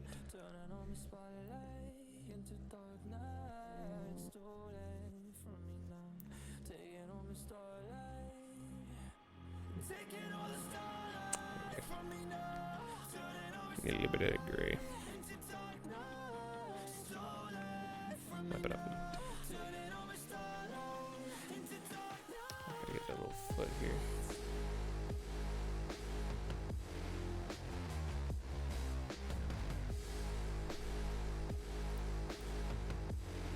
A little bit of gray on the foot.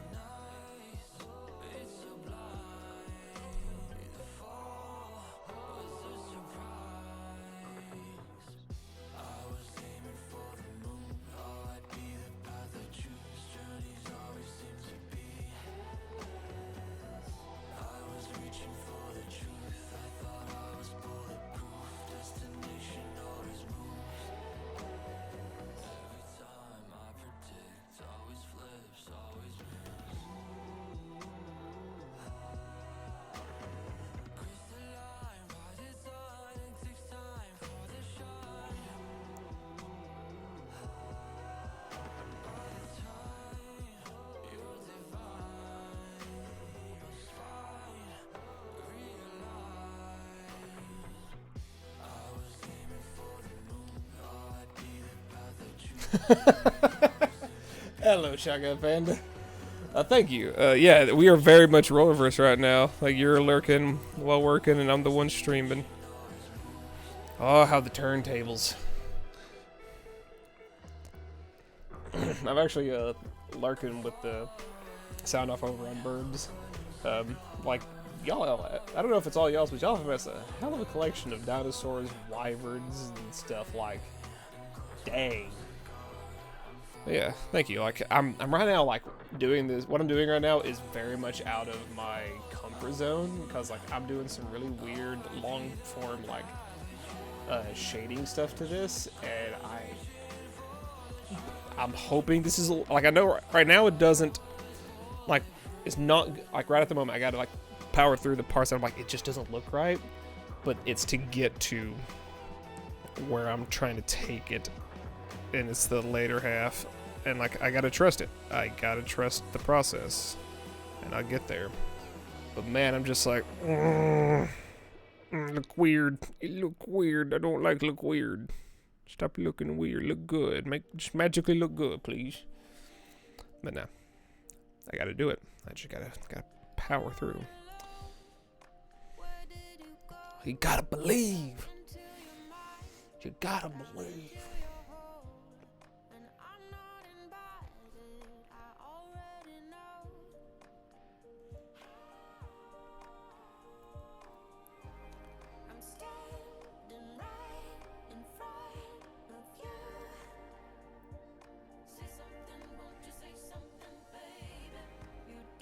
Ooh, this is gonna take some patience and brush strokes. Oh boy, because I gotta make this blend a bit.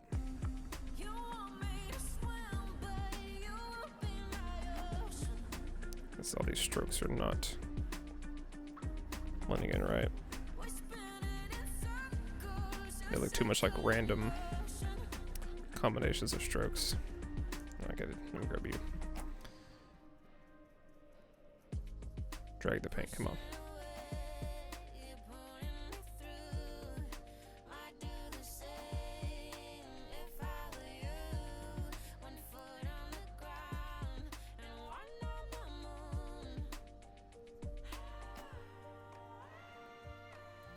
It's almost like I'm buffering out the bits.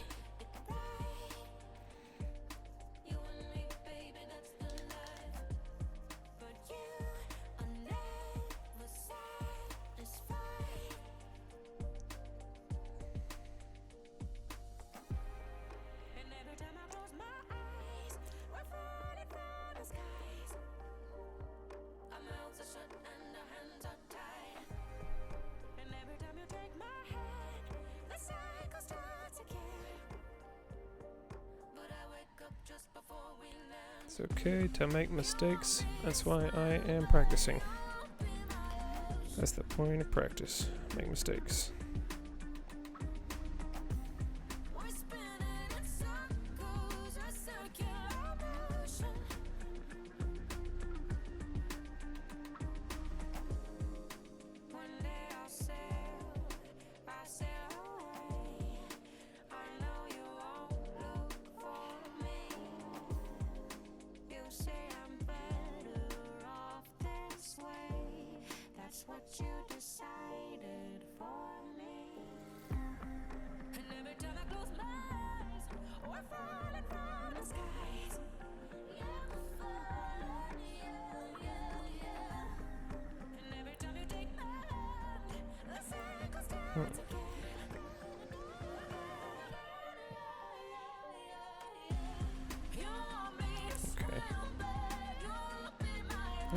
Okay. Oh yeah, it's all coming together. It's all part of the plan.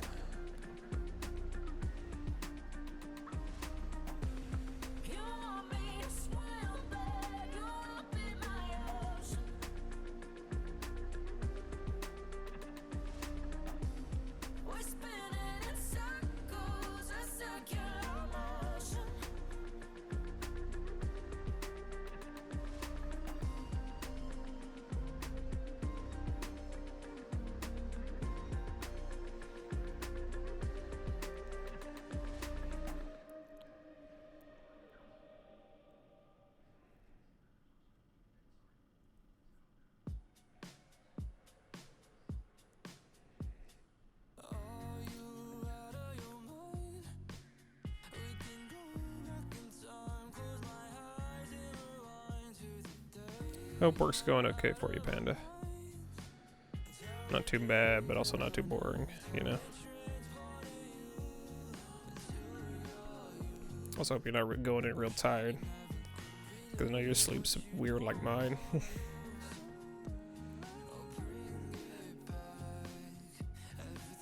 For your own time zone.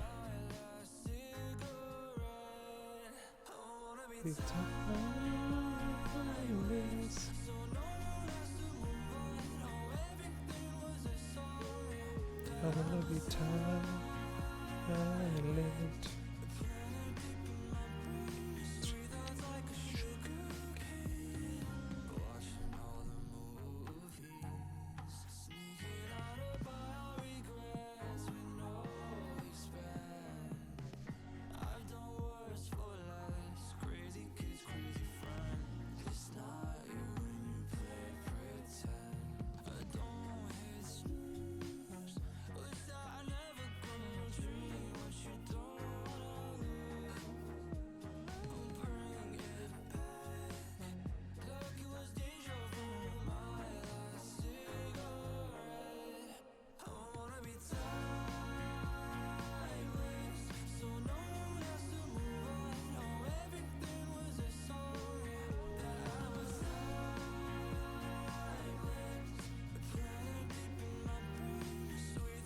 Okay, this is starting to work a little bit.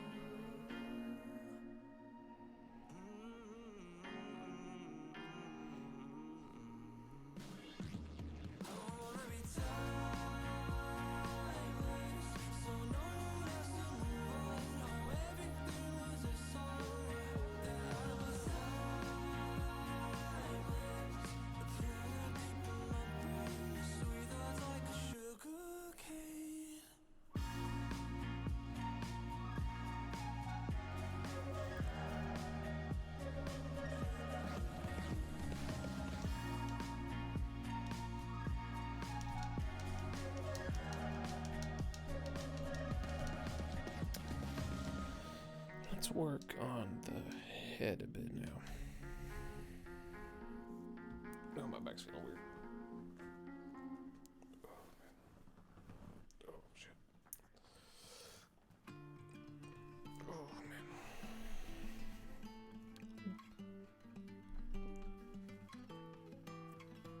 Look at all them marks.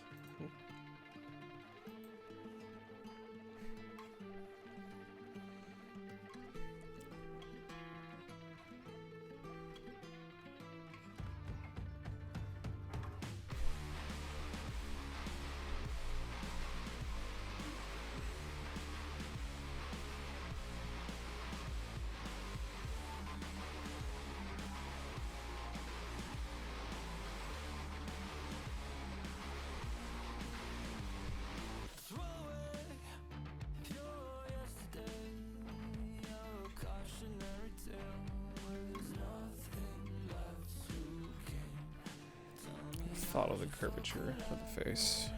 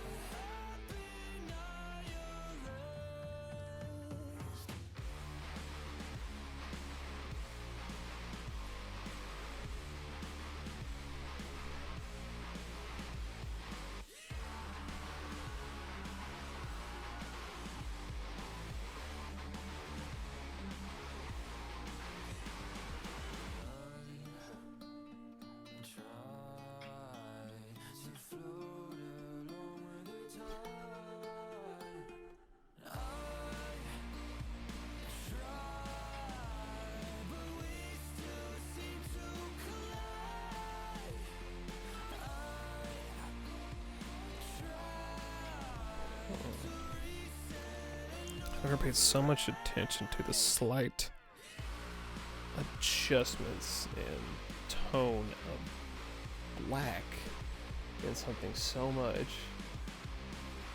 This is interesting. It's tricky even.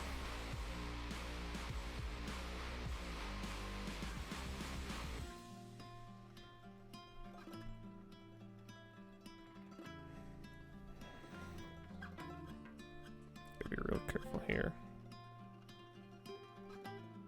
Real careful.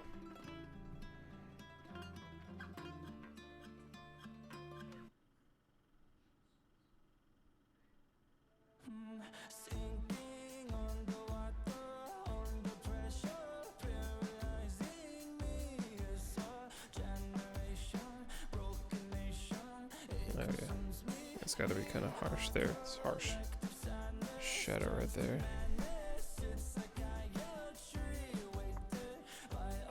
Yeah, a little bit more gray.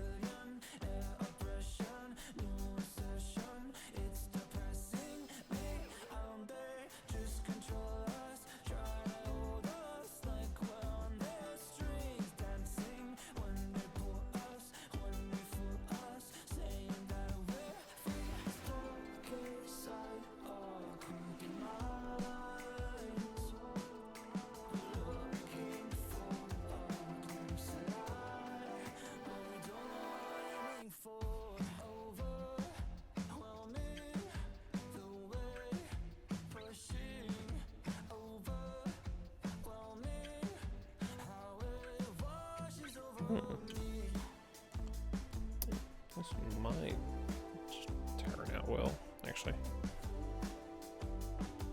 The way I'm trying to, yeah. Oh, thank you. Oh yeah, I've hit 20. Nice. Second stream, and I've hit, well, I think I had like 5 to 7 before the first one. So yeah, alright, thank you. Thank you very much. Thank you very much. Thank you very much. And little pingu hearts. Thank you. Thank you. Let me use some of that. Oh, there. Yeah, where'd he go? Where'd he go? Wait, what? There he is. There he is. Bop, bop. Bop. Back at you.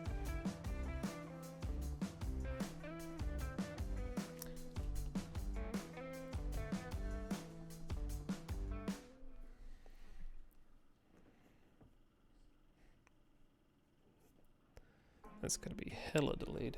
I need to get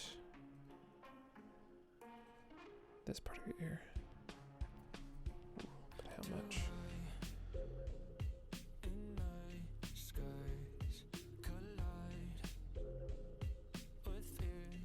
I'll have to clean that up a bit.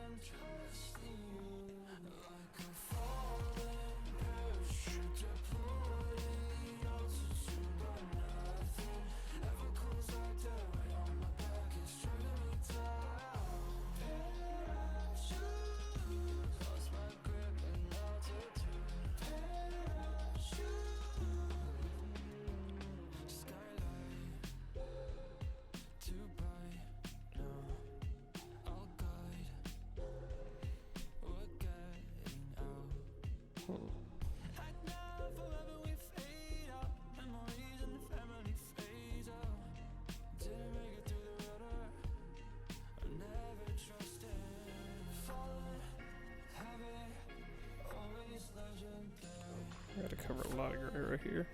Okay.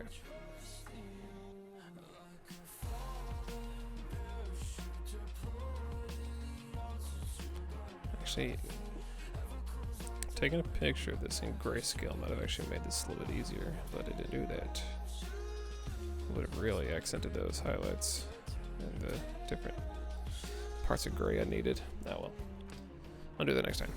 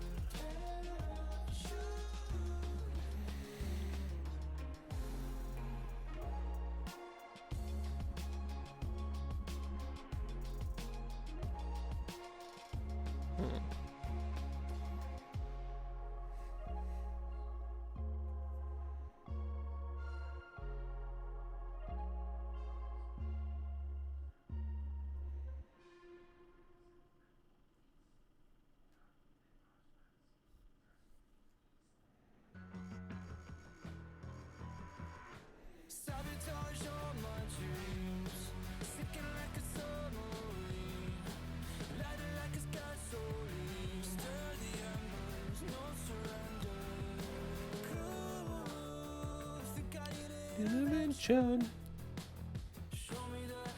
Hi. Inside.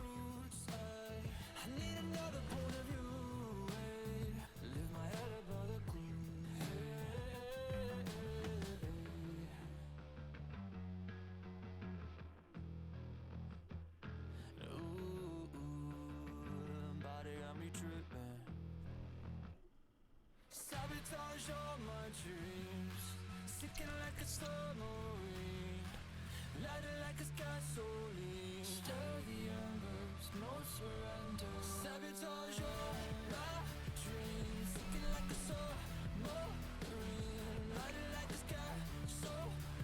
Oh, stir the embers, no surrender.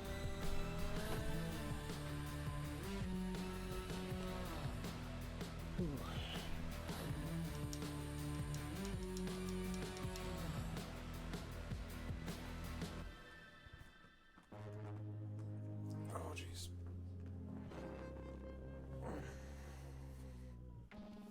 Minimize what you never found. What are you doing back there? Hypnotize and bring me back now. 'Cause my lips Hi. like I'm disappearing. I hope I'm not losing moments in the end. Ruminating, oscillating, play pretend. Open up your eyes, up to the sun. 'Cause nothing lasts forever.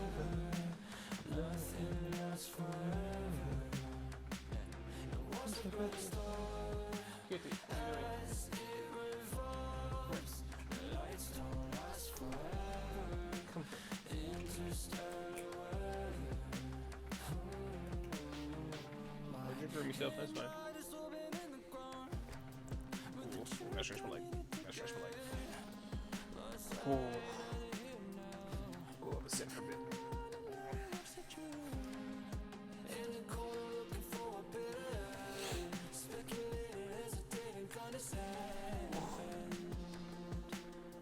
Ooh, okay.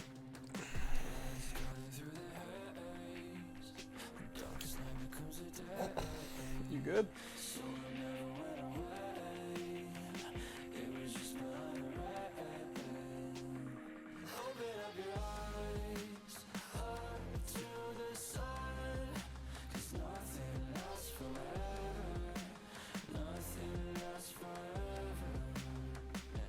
That gray stays. I think I only need one more lighter shade of gray, and then move to white for their actual highlights. That's what I'm thinking.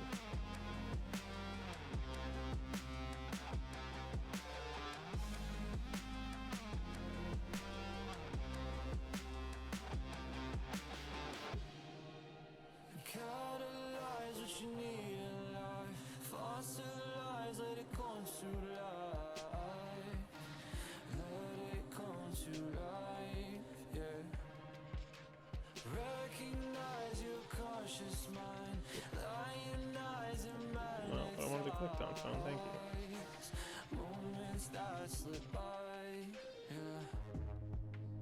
Yeah.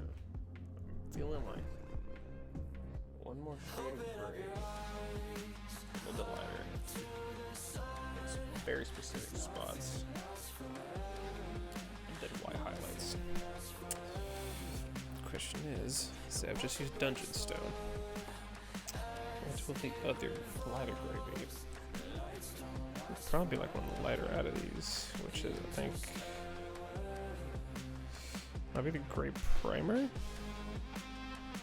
Or the lich skin, maybe. No, orc skin's looking pretty light, actually. I might go with orc skin. Oh, don't drop. Thank you. I gotta shake it up.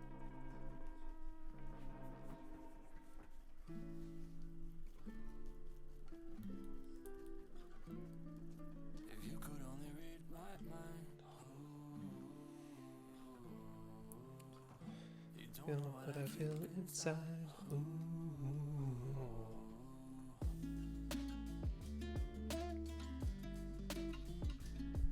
All right.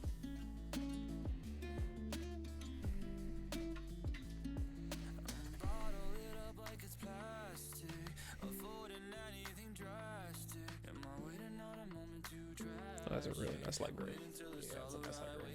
It's a nice light gray. It's nice. It's nice. Nice. Voice. Voice.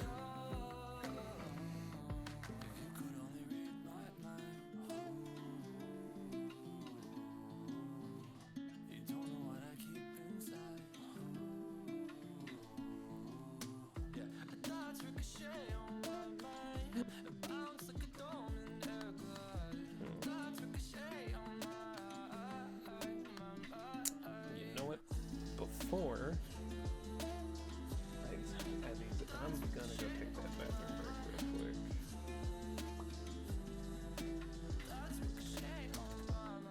Let's make the kitty big.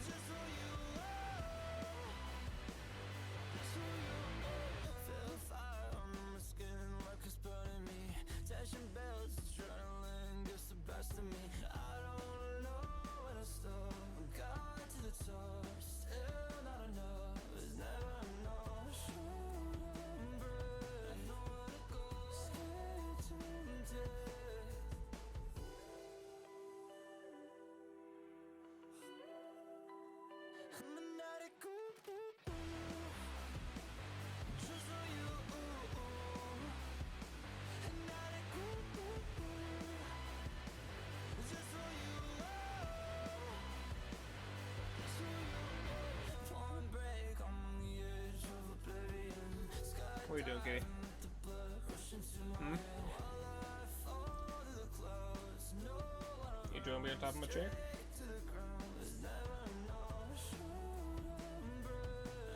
Rubby, rubby, rubby.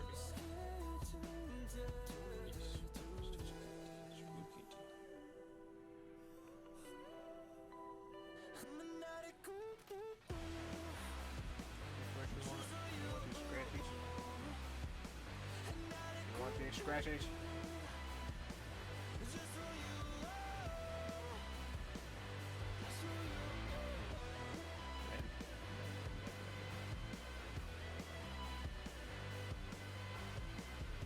Just when you thought it was over, starts all over again. That's what I thought. Just when you thought it was over, starts all over again.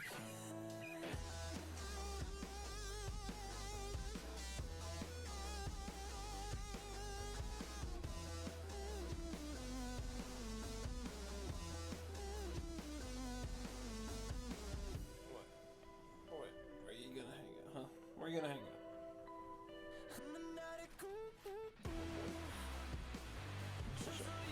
What's up? Oh, Lord, mistake he is.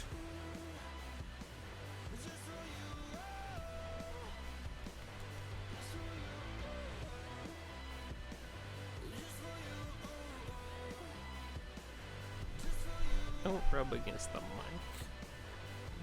What are you doing?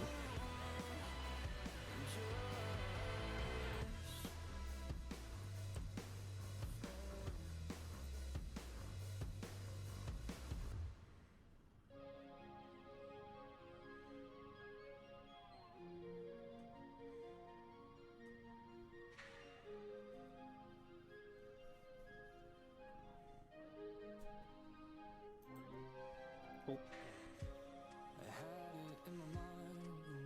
Nice tail swing. Good job. Don't knock my stuff off the table, please. Stop that. Why should I stop? Even though I was left out, it's gonna circle back around. Everything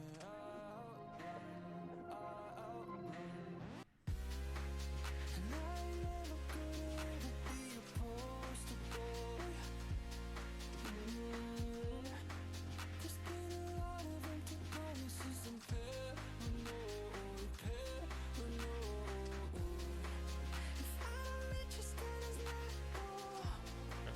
Alright, you're looking in. Okay. Let me get back to painting, okay? You can chill here. But I need my hands.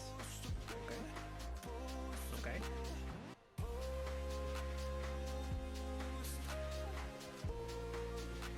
Start off with number one. Don't you sniff my burger. No, you don't. You won't find me on the you won't see my name there. Hydration. Important. Cause I'm living no regret. Clouds of sour raining down on me. You don't like what I do, and I don't like what you do. Okay. Try to convince me to Back to it. Back to work. So you're going to get you. even though I was left out, it's gonna circle back around.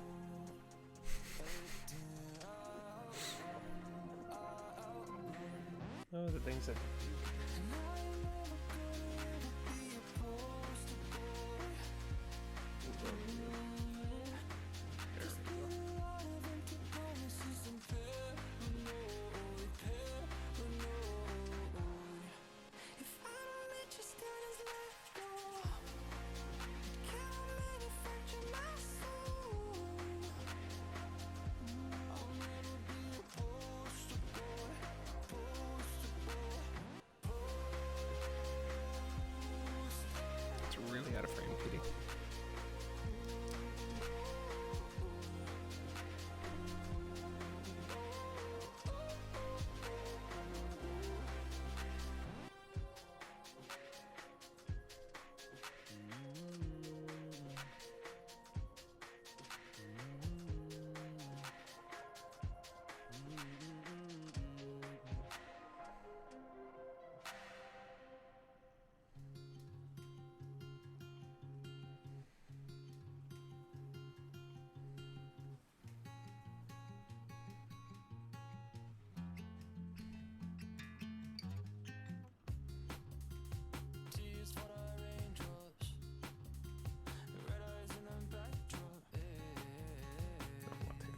notes.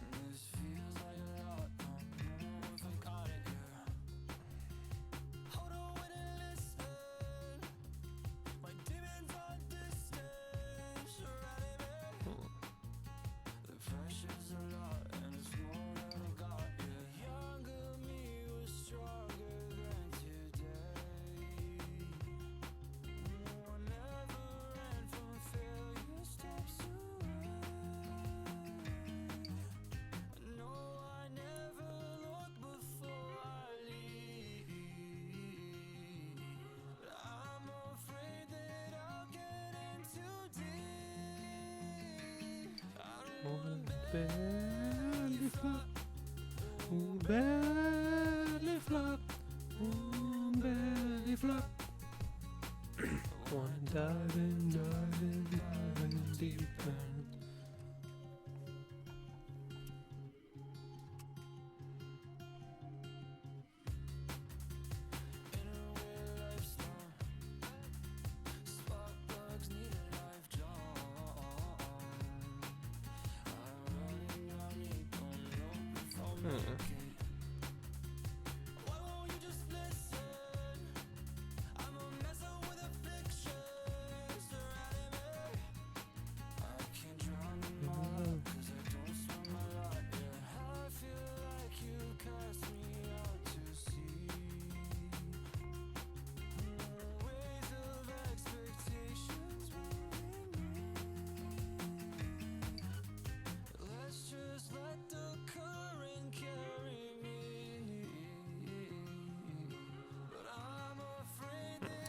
That up with a darker gray.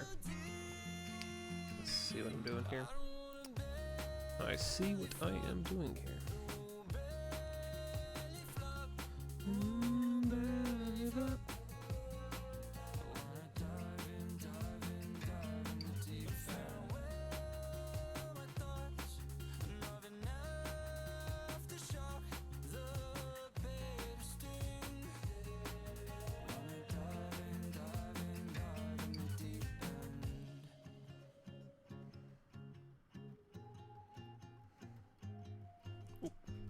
Okay, goodbye, Kitty. Thank you. That posture was killing me.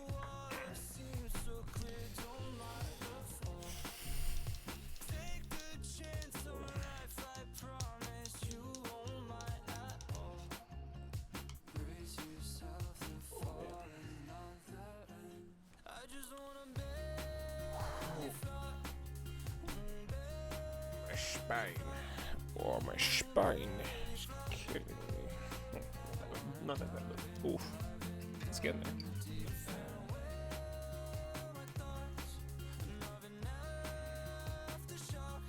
We add a little bit of yellow to the eye. See a spot I hit. The gray.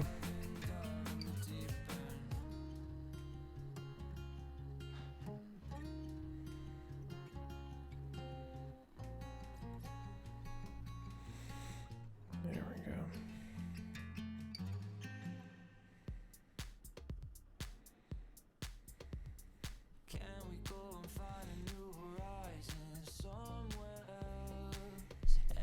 Oop. I really gotta be careful on that mic bump.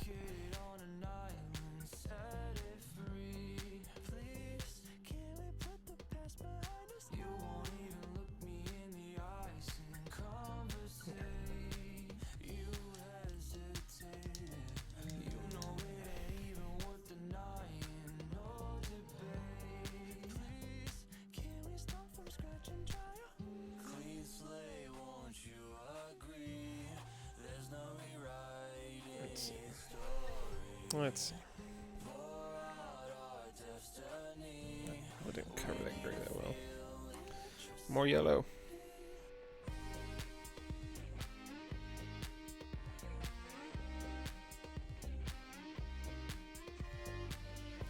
More yellow.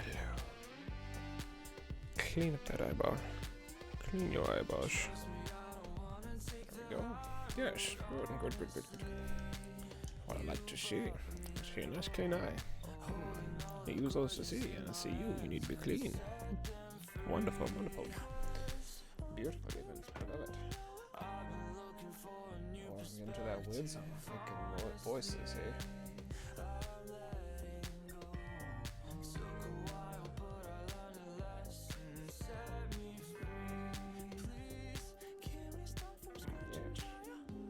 Quite.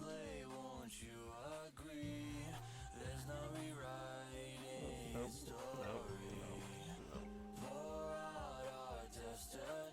Okay. Oh. I need to grab something. I'm taking a break from the highlights and I want to mess with a new experiment. Which means...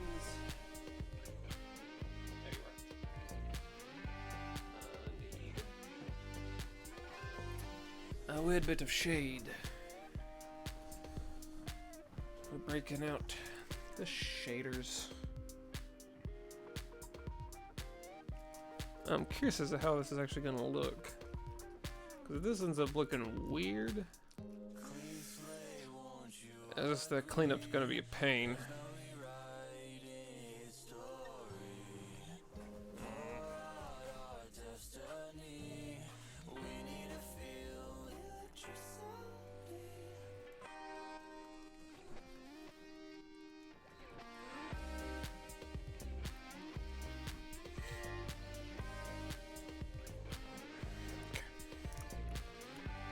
This is some Citadel Shade Cassandora Yellow. This one. Yeah. It's a yellow shade, and I'm gonna do a weird little experiment to kind of create the look of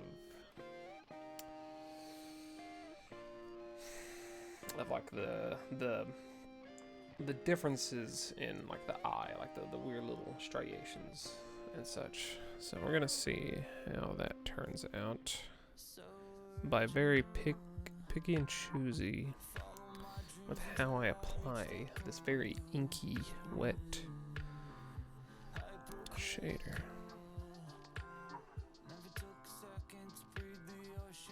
Or I think it dried out on me like instantaneously, and I'm not getting what I want.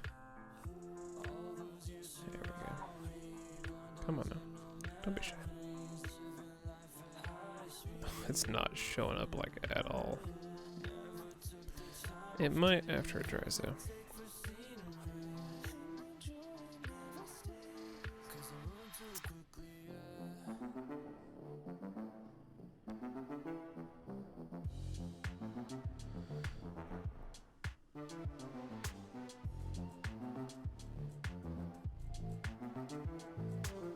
Okay, interesting.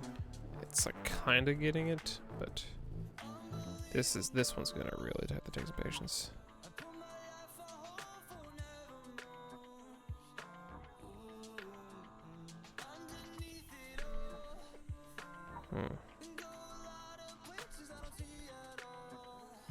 Don't know if this was the route I want to take with this.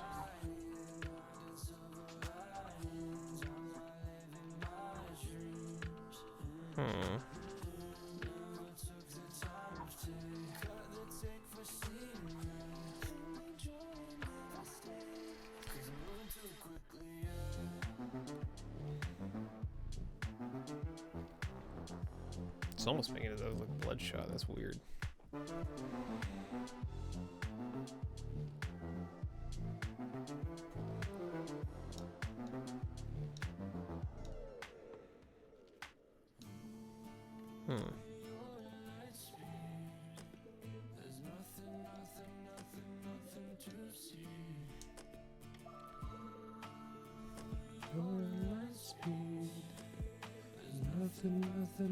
Nothing to see. Moving. You're at light speed. There's nothing to see. Ooh, you're at light speed. There's nothing to see. Moving too quickly, yeah.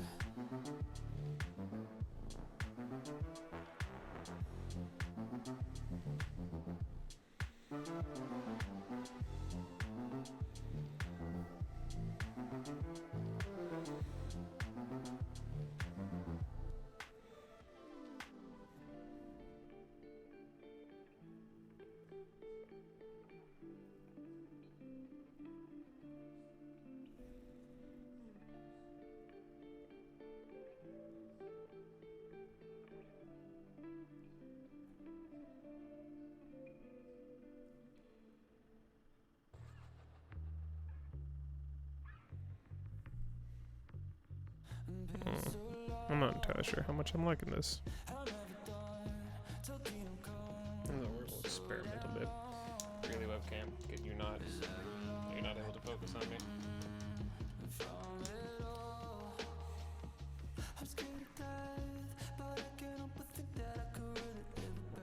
Thank you. Focus. Focus.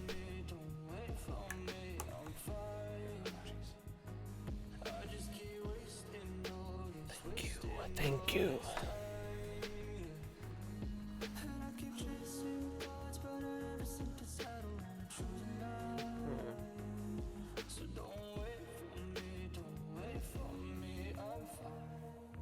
I need to darken that ear.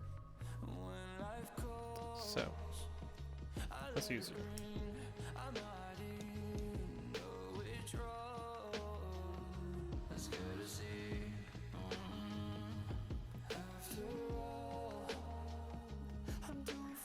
So I need to take a bit of black and a bit of the sturge tan and mix it up.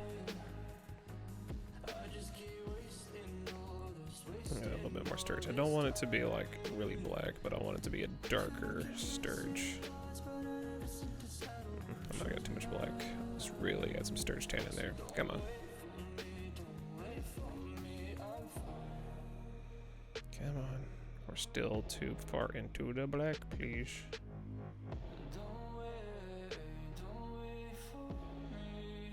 I just want it like just darker, please.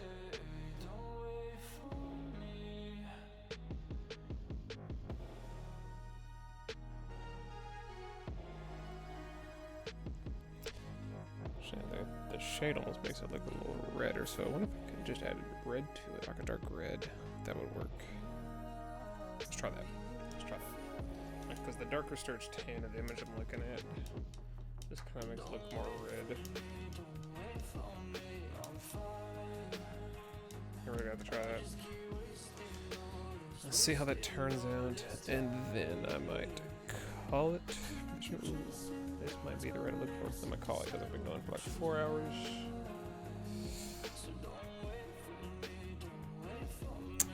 I'm really leaning towards this red. This red might just be what I need here. Yep.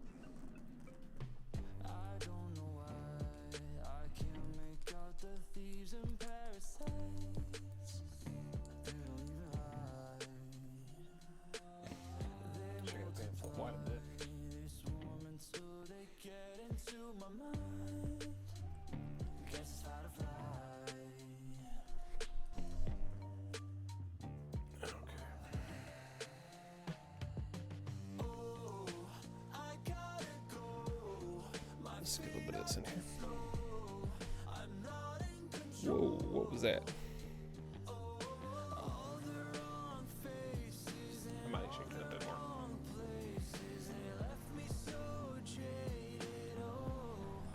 This is a new one I'm not used to. I really gotta.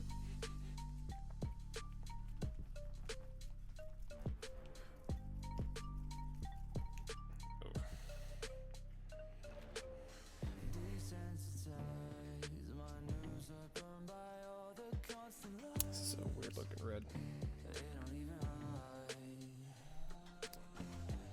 Is this the red I should have chose? That's a good question. That is the color you asked for. Are you sure?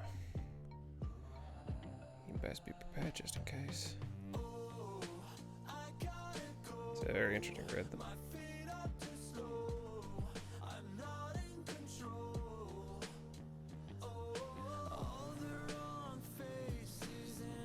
It's kind of looking okay.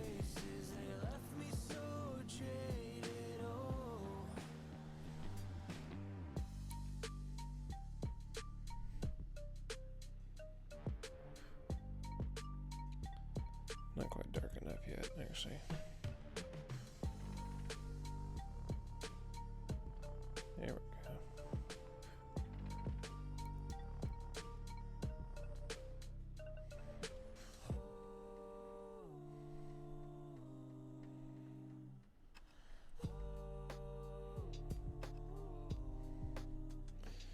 There we go. It's a little bit darker.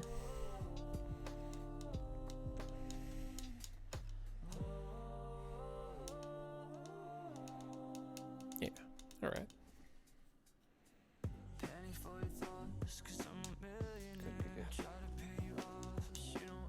Sure. Just don't take too much. I might need to eat myself soon, so not eat myself, but eat, comma, myself.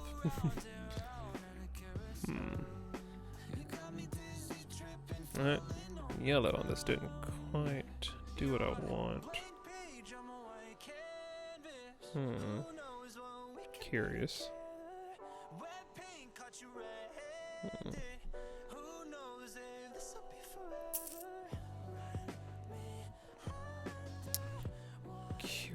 Curious.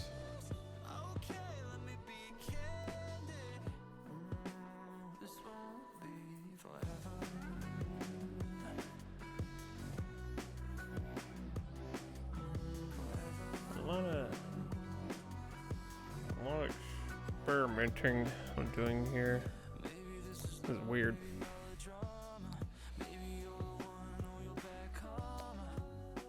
Clean up this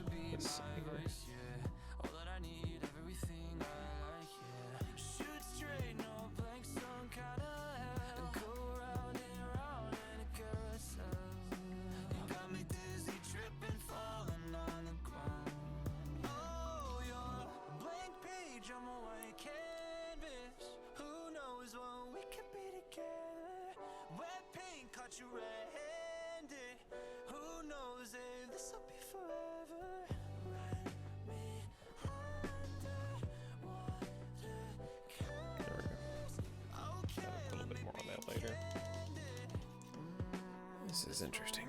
Interesting.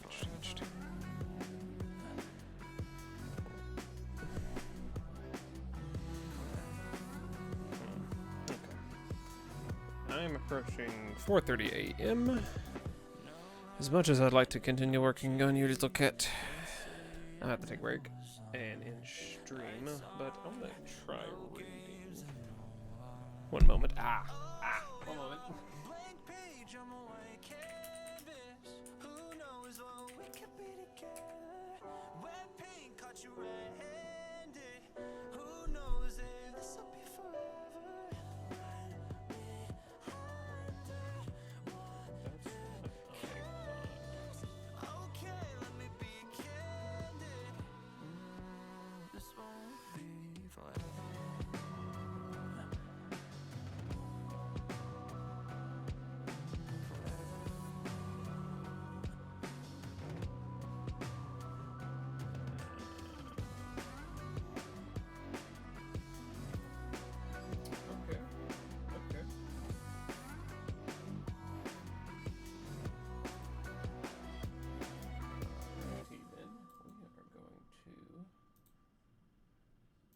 Raid the bluebird.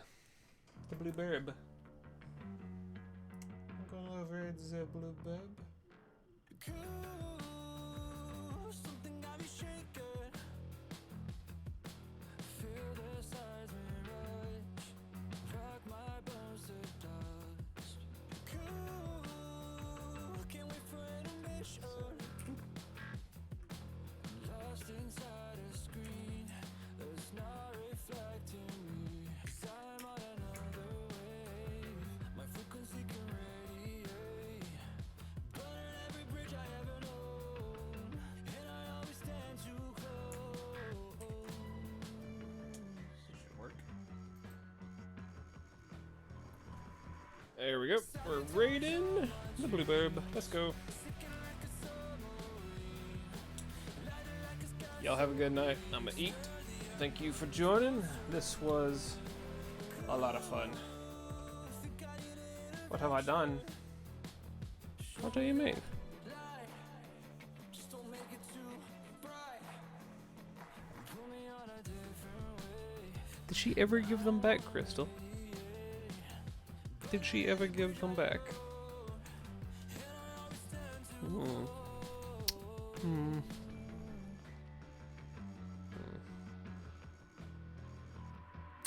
Sabotage all my dreams.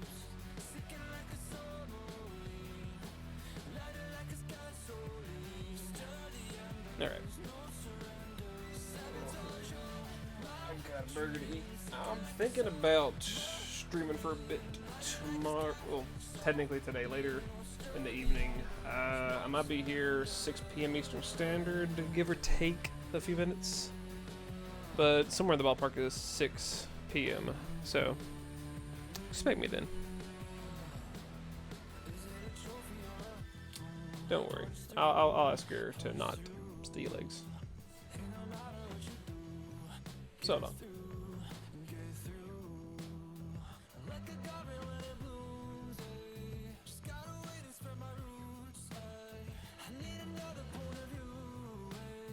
Jojo. That's pretty funny.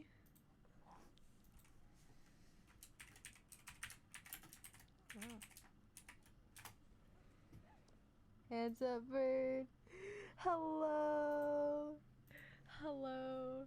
I am